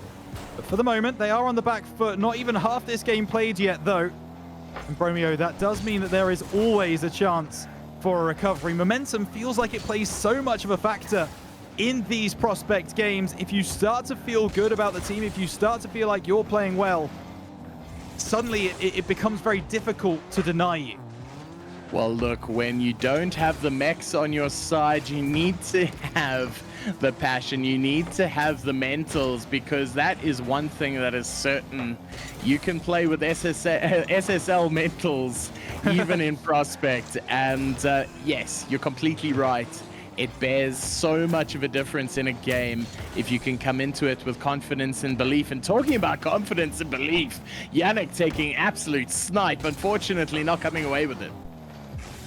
Yeah, it doesn't seem to, but he's put Rise on the front foot. That's exactly where they want to be. A fantastic save from Swifty Rocks to keep the ball out for the Jokers. And as much as we can talk about the Jokers' offense, obviously 2-0 up, their defense has been rock solid. Rise have asked a lot of questions, and they've always had the answers. Yannick trying to get around the side. Swifty sends it back into the middle. Will be cleared away now by Rise. It's not good enough for the moment. Blaze trying to get this one out of the corner. Looks for a teammate. Cleared away by Yannick. Swifty Rocks makes the interception, and Rise have an open net to aim at. It's just not going to make it there. And they're going to have to try and build something again with a 2-on-3 attack. It doesn't happen. Cree finds the clearance. Well, straight back on their defensive line. It's going to fall short, and Swifty with the clear off his own goal line and showing remarkable composure in what was a very trying time for his team. So recovering well. Ooh, some demo on the line. Creven with the shot. Can they get it in? No, he cannot. And how close was that? There was all of the aggression, just sadly none of the accuracy. Yeah, unfortunate there for the Joker's side. They could have made it 3, but Omnius still in this game. 30 seconds remaining. It's not a lot of time, but that ball over the top, they score now. There's a real chance! And Yannick makes sure he pushes that one home. And suddenly, there is a cat amongst all these pigeons on the floor. Well, Yannick is that cat. That is a metaphor that you used there. And Yannick is indeed feline, picking up the 1-goal counter. And now with 20 seconds left on the clock, they have 1 goal more to do. So, Pixel Glitch plays it high, just needs to hold on, takes the shot. Can they get it up against the backboard? Creven gets the touch, but they're not out of dodge yet. Playing in, 10 seconds left. Creven now gonna hold on to it for as long as possible, turning defense into offense, tries to get the bump across. It just needs to hit the floor, and you'll feel like they've done enough. They have. Jokers pick up game number 1. Yeah, they do, but it wasn't as easy as maybe they would have liked. That was a very, very close game indeed. In the end, you really feel at this moment that Omnius grew into the game. They didn't start particularly hot, but as soon as they conceded those first 2 goals, they started to lock in. They started to find that team cohesion. Yannick started to do exactly what he was looking for, and that's exactly what happened. So game 1 going the way, of course, of Jokers, but that first game is anything to go by, Bromeo. This is going to be a very interesting affair. Oh, what a cracker of it indeed. We were still reeling for the sudden departure of Naru Mizuki, and that possibly played into the team mentals of this Omnius side. And I don't blame them at all. That was a big loss straight off the bat. And now, as they've moved from the 7th stage into the 6th, they're starting to pick up a little bit more confidence, learning to move on, learning to live. And I feel like this is where they pick up the necessary mentals to pick up the game. So who knows? It was close, and anything can happen at prospect level. But right now, the confidence is flying high with Monarch, but the game is still far from done. Far from over indeed. Still 3 more games to play. Still an opportunity for Omnius to come back and take it, especially if Yannick finds that form that we know he can already. Getting on the scoreboard at the end of that first game, looking now to go ahead into that next one. But for the moment, we do get into game 2. do have a slight tech pause, so maybe there will be some issues, but Rise versus Jokers will get underway again very shortly. Oh, I love Das Heinz Chen. He is our German game admin. He pauses the game again. And Creven, as you can see there, mid-turn, he's ready for this. And we're going to try this one more time. Rise versus Jokers. Second game coming your way right here, right now. And I think we've got a familiar voice back. I'm back. You know what? That's why they lost the first game. They needed their mascot. So hopefully now that I'm back, Omnius can get it together a little bit more here. Already we've had a little bit of control, but it has been snatched back. Oh, we're right at the goalpost. Where's the defense? Beautiful snatch there from Jokers all the way down the pitch to get the first goal of the second match. I love this. This was so good by Crevenator. As second man, you got to follow up fast, and that he did. And speaking of fast, it is the Jokers picking up the first goal after 20 seconds and saved off the line. But there we go, forced its way over. Yannick just as quickly picking up the equalizer. We go. That's what we needed to see. That's the free agent stepping in a very, very big way to try to keep this that little bit more contestable. But it's going to take more than just one equalizer for Omnius to feel comfortable after losing that first game. So the third kickoff of this match, I suppose. I got to get my terminology. We'll get there. We don't know. It is a kickoff straight off the bat. You know, it's basically just football with cards. That's all you need to know. But what you do need to know is an attack coming in here now. Yannick taking the shot, hitting the crossbar, but then Pixel Glitch taking the shot and hitting the bar. But you know what's not going to hit the bar? Flace's shot as he scores on the other side. That's heartbreaking. You've got the entirety of Omnius trying desperately to get that ball into goal, and because of that, they've kind of left their own goal completely unguarded, and there's no one able to make their way back down the pitch to try to defend that. But again, props to Jokers taking full advantage of that gap in the defensive line and snagging themselves yet another goal here. But we're going to keep things that little bit more back and forth. Pressure across the board. Nice snag back from Rise, but Jokers continuing to just kind of pressure back, fight back, and keep this that little bit more hotly contested. And an interesting thing that I'm noting here is how much more distance is getting used here as opposed to our Masters. Our Masters players are kind of right on top of each other's, whereas here in Prospect, you know, they're really utilizing the space, but that does leave a lot of gaps to potentially take advantage of straight over the top. But at the last second, manages to tap that ball and regain control for Jokers. Ooh, shot coming wide. It's going to hit the backboard, but not in there. Pixel Glitch going to regain, take the 50, passes off to Lux.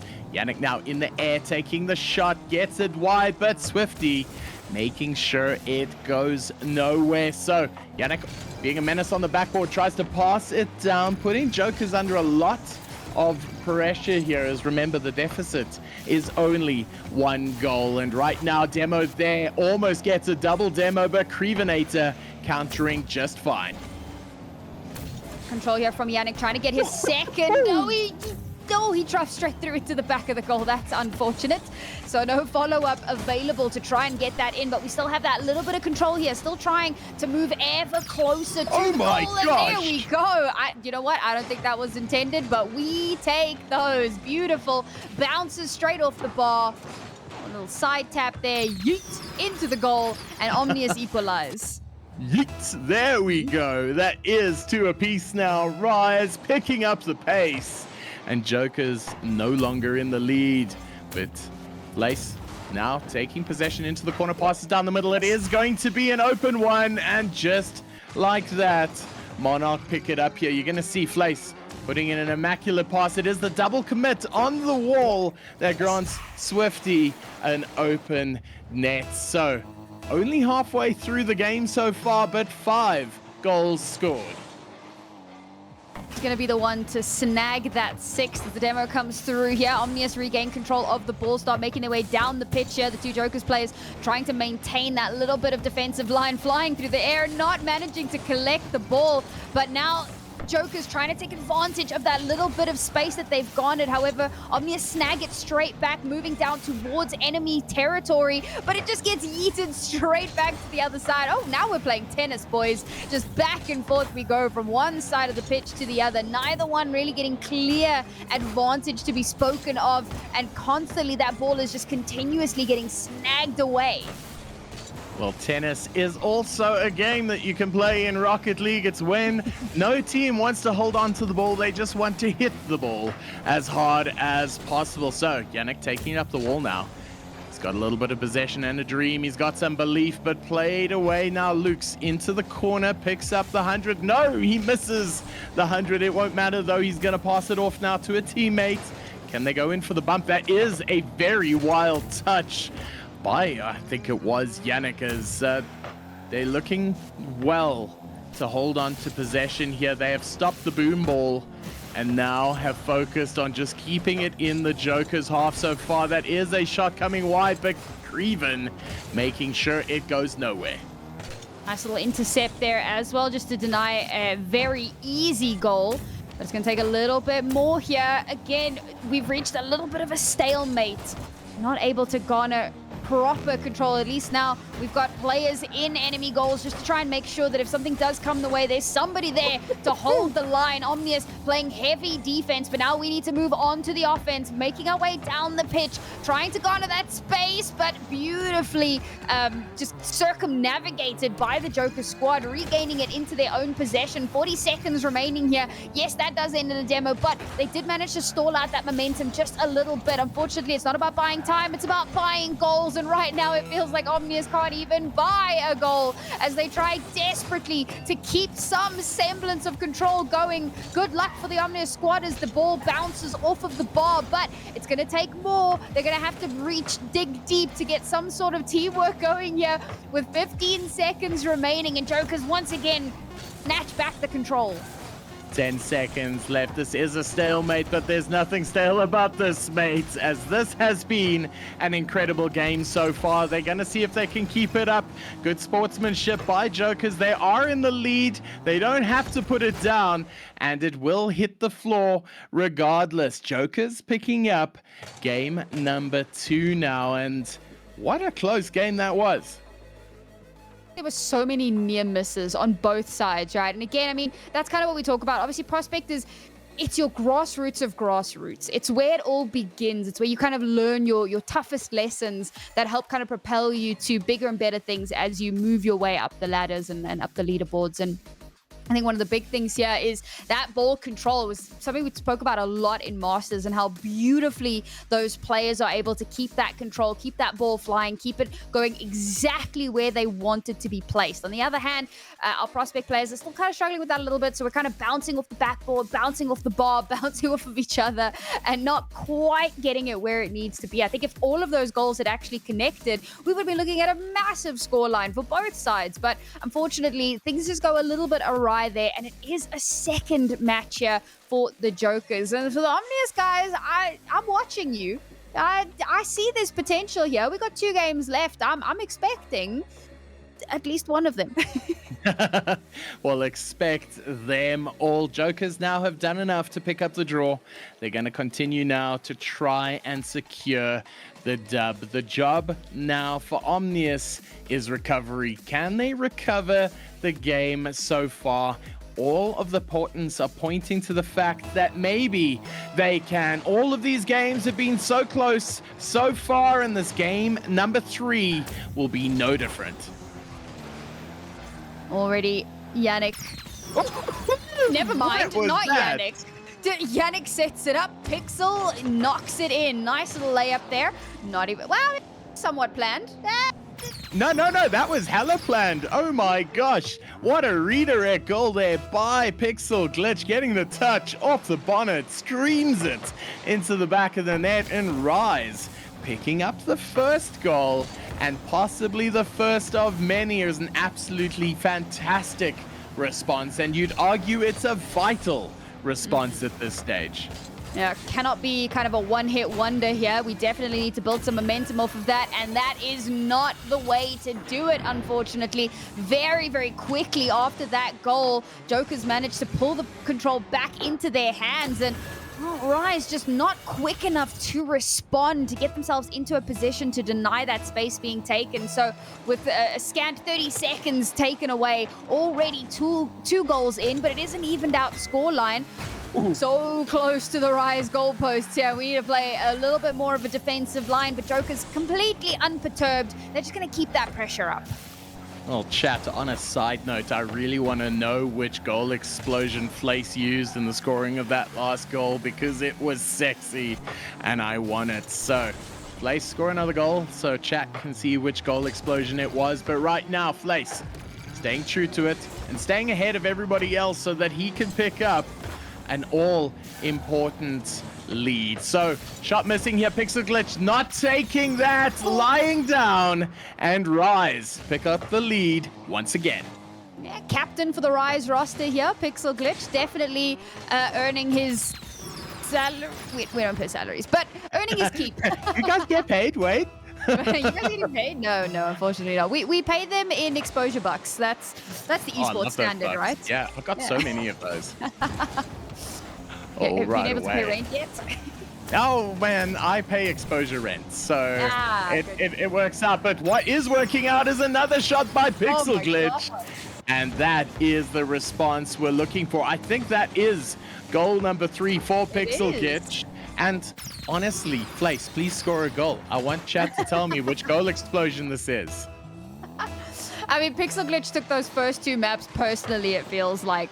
A beautiful little hat trick coming through there, and let's see if we can follow that up with that a little bit more. Now Joker's very much on the back foot, maybe scrambling a little bit here, so we hit the offensive. We get so close, but Rise, quick to respond, quick to pull back that control, get so close into enemy territory, looking for that 4th, and Yannick very much on top of them, trying to keep that control, but haven't been able to stem the tide just yet. Now we'll start getting a little bit of ground over the other way, but Swifty kind of stops that in its tracks as well. The layup comes through, but Yannick is there to defend. Pixel Glitch box it back over across the pitch, but Lux is not in position to follow up at all. That's okay. The rest of the Omnius is there, ready and waiting to try to play off of, but Jokers defend the line.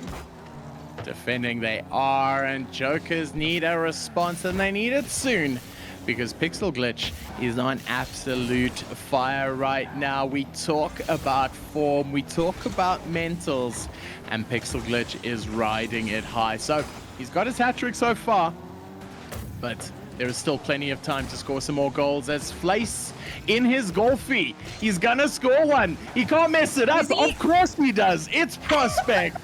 And that is an opportunity that'll go missing. All right, hashtag cancel Bromeo. Can't believe you said that. Oh, that could have been a good layup as well, but the follow-up just not quite where it needs to be. I did have to laugh. Mercury in the chat, Greg Flace, do not score a goal. Trying desperately to cheer on his org mates here as Rise desperately want to make sure that they can get at least one game, preferably both of the 2 remaining. Things are starting to look a little bit messy here. And for Rise, it's all okay. Just keep that ball out of your goal. That's all you have to do here. They have to score 2 goals to tie this up. And for Jokers, that pressure is starting to mount. It's mounting indeed as Lux putting the pressure in, takes the... Oh, so close, Swifty with the clear off his lineup. Pixel Glitch passing down to Yannick. The bump in goal on Crevenator, but now it's Lux by himself at the back, does great stuff to push that ball away. It is still Rise, very much on the rise as Pixel Glitch. Can he get the touch? It's gonna fall flat, and Crevenator puts it away. It's another one where it's just that little bit too far off the mark, and we're not getting it exactly where it needs to be, unfortunately. Ooh, that could have been spicy. Thankfully for Rise, it doesn't quite connect in the way that it was wanted. A demo comes through, and that could be the opening that Rise need. We keep kind of ticking this time down, whittling away at the seconds. as Rise continue to try and hold on to this as far as possible. We're slowing things down, but we're also blowing ourselves up a little bit. Yeah, Lux pushing the ball back into their enemy half, and the follow-up there, Lux gets destroyed for his hubris. But still, this does favor Rise as Jokers with just over 30 seconds to try to get these 2 goals. It's going to have to be near perfect, but Rise keep that pressure up. Well, usually we save words like hubris for kings and conquerors. And right now, Rise is looking to do just that. They are rising above. It's a 2-goal deficit with 15 seconds left on the clock. Saved away by Pixel Glitch. Easily man of the match for me in this game, number 3. As we wind it down, it's going to be a fantastic result for Rise as Lutz returns the favor with a long-range shot. Lovely stuff there. Nice little... And you know what? We're creating like a padding, a bit of cushioning, just in case something crazy happens in the next 3 seconds.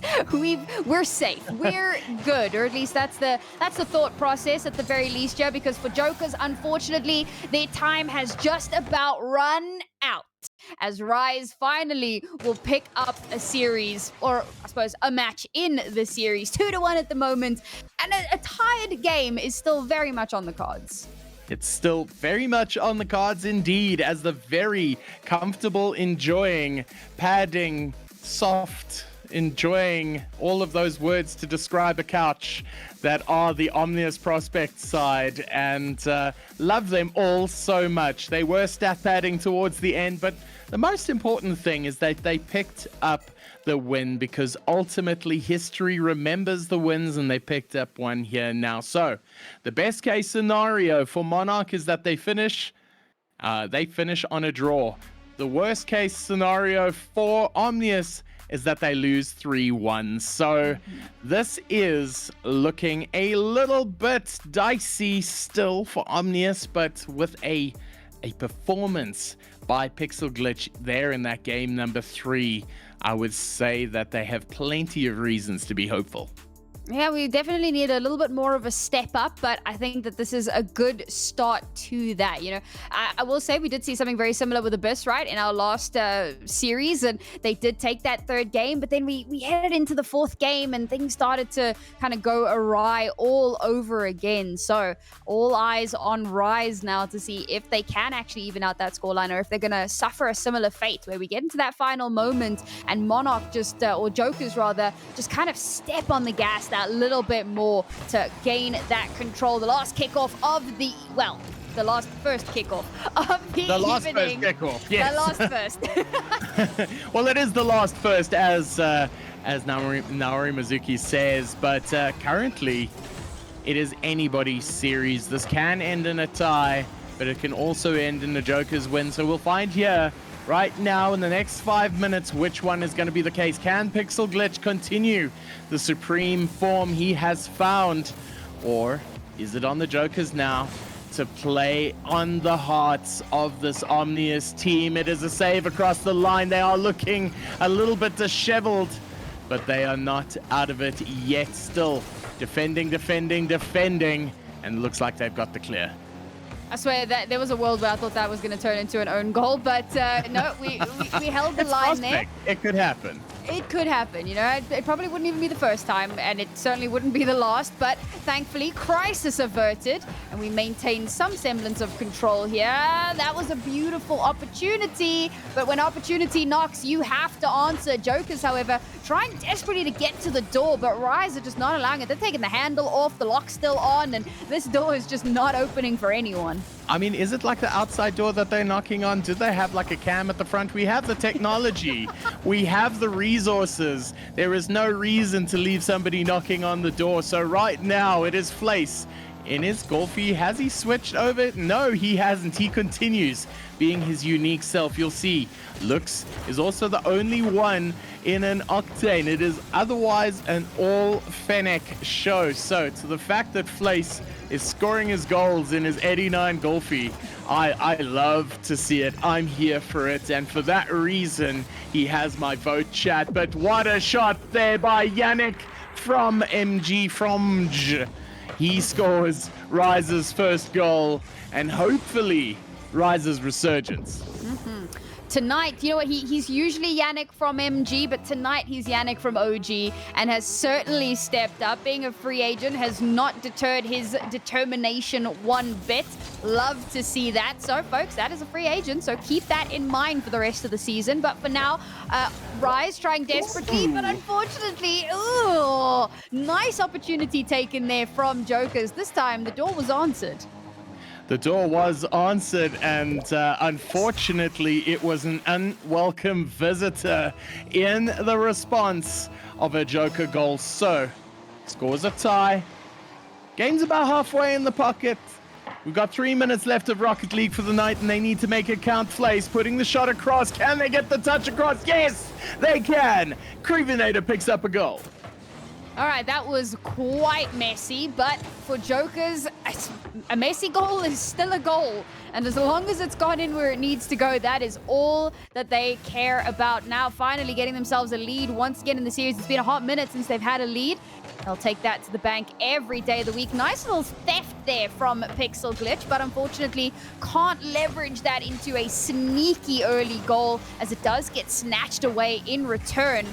Now, Rise going to keep that pressure up a little bit more, but Joker's doing a good job to keep that space. However, that very nearly threads the needle, but the layup is there. Lux is in position, and the follow-up shot is beautiful.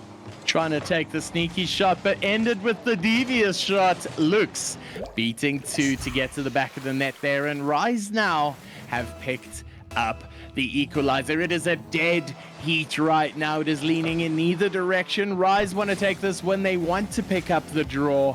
They want to pick up some parity in a series which, mirroring the first, looks like it deserves it. And Yannick showing his prospectness, couldn't get the hop flip away, and what a touch by Flace. Look at this goal explosion right now. That's what I've been waiting for all game. He scores the goal, he gets it into the back of the net, he finds the read, and look at this. Boom. So chat, tell me which one that is.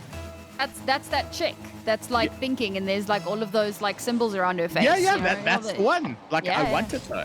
I want it. Fair enough. I was just talking complete nonsense. I had no idea, but fair enough. Joker's now with a lead once again. So, Rise, how do you respond to the... Oh, my God. Surely not. Okay. We're in position. We can stop that from happening. The rest of Rise are there as well. That was looking like it was going to be a follow-through after the fact as well. But no, we are continuing to just kind of be available, be present, try to stop these goals as far as possible. But now, who's there to hold the line? Slowly but surely, Joker's making their way ever closer. Nicely done there from Pixel Glitch. Really good control. Does get snatched away, but looks again in such a good position to keep that ball moving ever closer. Looking for the alley-oop, but no, it bounces too far. It bounces too wide, and there's no one there to follow it up. Well, be present. Be aware. Be aggressive, and right now Rise needs to do all of that. If you didn't get that reference, that's fine. You don't need to know where that's from. So, right away, Rise trying to get on the counter, gets demoed for his efforts, does Lux, and they're gonna take a little bit of a reset here. Flace starting to apply the pressure in the midfield. Swifty Rocks playing to the corner now. There's a little bit of a argy-bargy in the backfield, and Crevenator forced into the corner now. Waited for by Flace. They've got 45 seconds left on the clock now. It's going to bounce. Can he get a good touch? There is no pressure now, but Lux got the 100, gets dunked. But Yannick, they're in time to recover. And what a game we're looking at. 30 seconds left on the clock. Now Mizuki take us through. All Rise trying desperately to maintain this control here. Aggression, certainly the name of the day, but can they follow it up? Joker's creating so much space. They've already yeeted it all the way back into enemy lines. Now Lux making his way down the field, but there's no one in position to play off of him. He has to wait for his teammates to arrive. Bounces it off the top, tries to go for the layup, but where is the follow-up? Where is the rest of the team? They're trying desperately to get that final goal, but everything is just missing ever so slightly, and there it touches ground in the final moments. Rise, it looked so good, but Jokers come out on top. Not a crazy one-sided affair, but unfortunately a loss nonetheless. Well, Joker's picking up the dub, and you could only feel that if they held that on for another 10 seconds, Omnius would have picked up the equalizer. But that's not how Rocket League works. The game is done.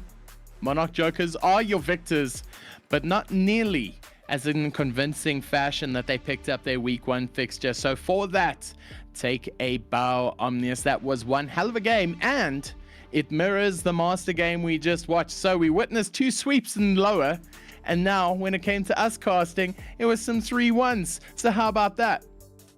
We are blessed with the good matches. Unfortunately, I wasn't blessed with an Omnius win today. But you know what? Serenity and Tweaks won, and by crazy transitive properties, that means Omnius wins, right, Rhino?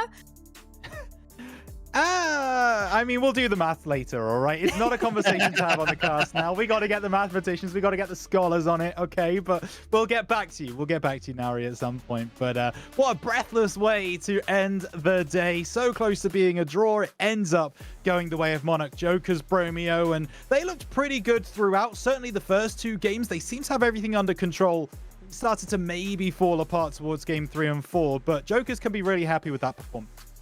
Mental gymnastics aside, that was a fantastic series of Prospect Rocket League. I know we make a lot of jokes at Prospect's expense, but that was incredible for its entertainment value. There weren't as many mistakes as they usually are. They really put on a good show. And Pixel Glitch's resurgence of form in that game number 3 gave me hope for an Omnius draw, just the way that Shadow did in their game number 3. I honestly thought we were staring at a comeback. So ultimately that wasn't to be. And again, we were dashed in the final seconds of the closing game, but every single game was close, and they were all great. They certainly were, of course. Now, from the biased perspective, of course, we want to talk about Omnius Rise, their first loss here in Prospect this season. But I want to talk to you specifically about Yannick, because, of course, coming in as a free agent, you never really know what to expect. But someone who's very well known in the RSC, EU, and SSA kind of circles slotted into that Omnius team really well and gave them quite a lot of help in that series, I think. Yeah, I mean, I was saying a bit earlier, but he was on our original drafted roster when you had 7-8 players. And if I remember correctly, I do speak under correction, but if I remember correctly, he was cut because of CMV issues. And sometimes that does happen, right? A great player, and of course, exactly why he would have been brought back in when, needed to step up for today's game, and really did kind of help propel the team that little bit further. I was saying it in the cast as well, but certainly didn't allow his free agency to be a deterrent, played to his utmost. And I was very happy that we had him on board for today's game. Unfortunately, it didn't go our way, but I think that if I had to choose a different free agent, well, I wouldn't even know where to go. I think we made the right choice here, and props to Pixel, our captain, for leading the team as well as he has been.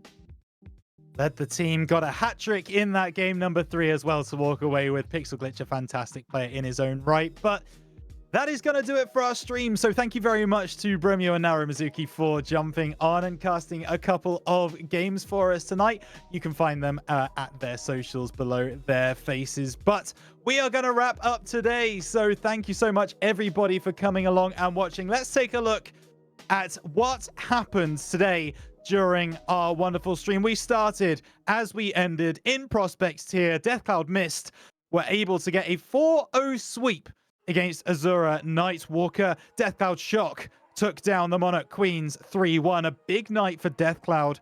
Meanwhile, Ox Gaming Wildebeest were able to beat Shadow Abyss 3-1 in the Master tier, the first Master game of the season on stream. And we finished the day with Monarch Jokers taking down Omnius Rise in that final game in the Prospect tier.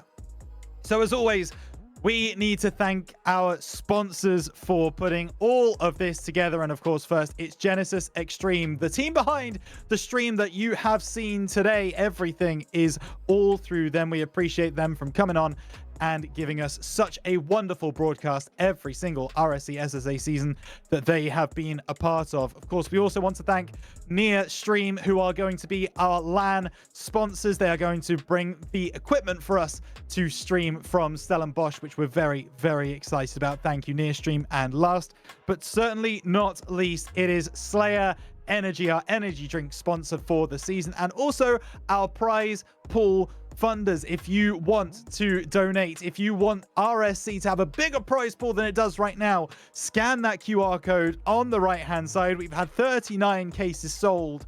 We need a few more. If we get one more, then that prize pool goes up to 17,000 Rand for the season. What an amazing achievement that would be. As of right now, we are at 16,950 though, so you can help.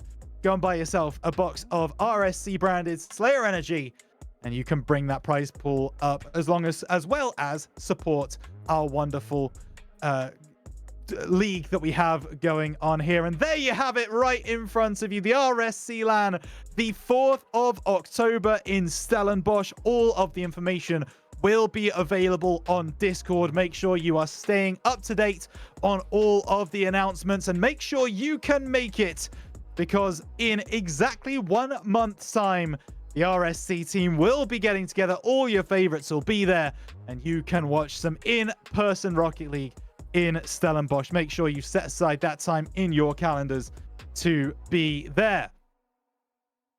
But we are going to shut this one down. Thank you so much, Genesis Extreme, once again for streaming, as well as Raids for stepping in, being our observer for the night. Thank you so much to our casters, Ultraism, Muzz, Naramizuki, and of course, Bromeo. You are all fantastic. We look forward to more casts from all of you over the course of RSC SSA Season 4. For myself, Rhino, it's been an absolute pleasure. Take care, everybody. We will be back next Thursday night, same time, same place. Make sure you are following the RSC_SSA Twitch channel so you don't miss a stream, as well as if you are able to subscribe to us. It's free if you have Prime. Just hit that subscribe button. Use my Prime subscription. You can subscribe to RSC for free and make sure that you support us as well. But thank you, everybody. Until next Thursday, take care. We'll see all of you there.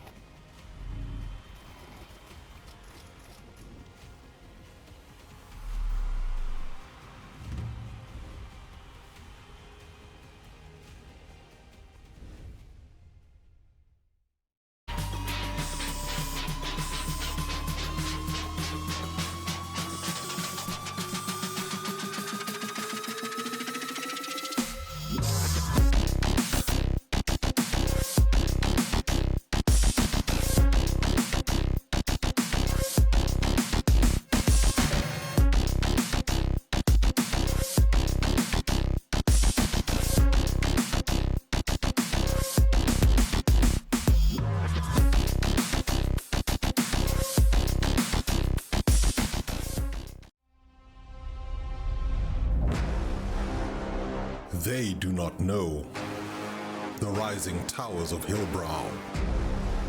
They do not know the sprawling suburbs of the north.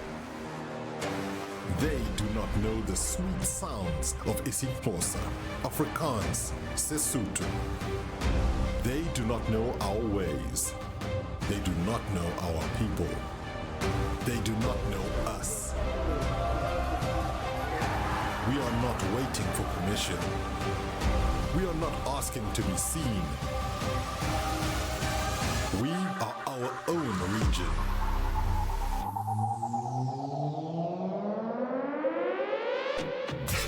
We are SSA. RSC Johannesburg. RSC Nairobi. RSC Saint-Denis. This is not just a league, it is a movement. 4 seasons deep, and we are only just beginning. We train on 200 ping. We grind through blackout. We fight through silence. And we win anyway. This is Sub-Saharan Africa. This is our fight. This is Season 4.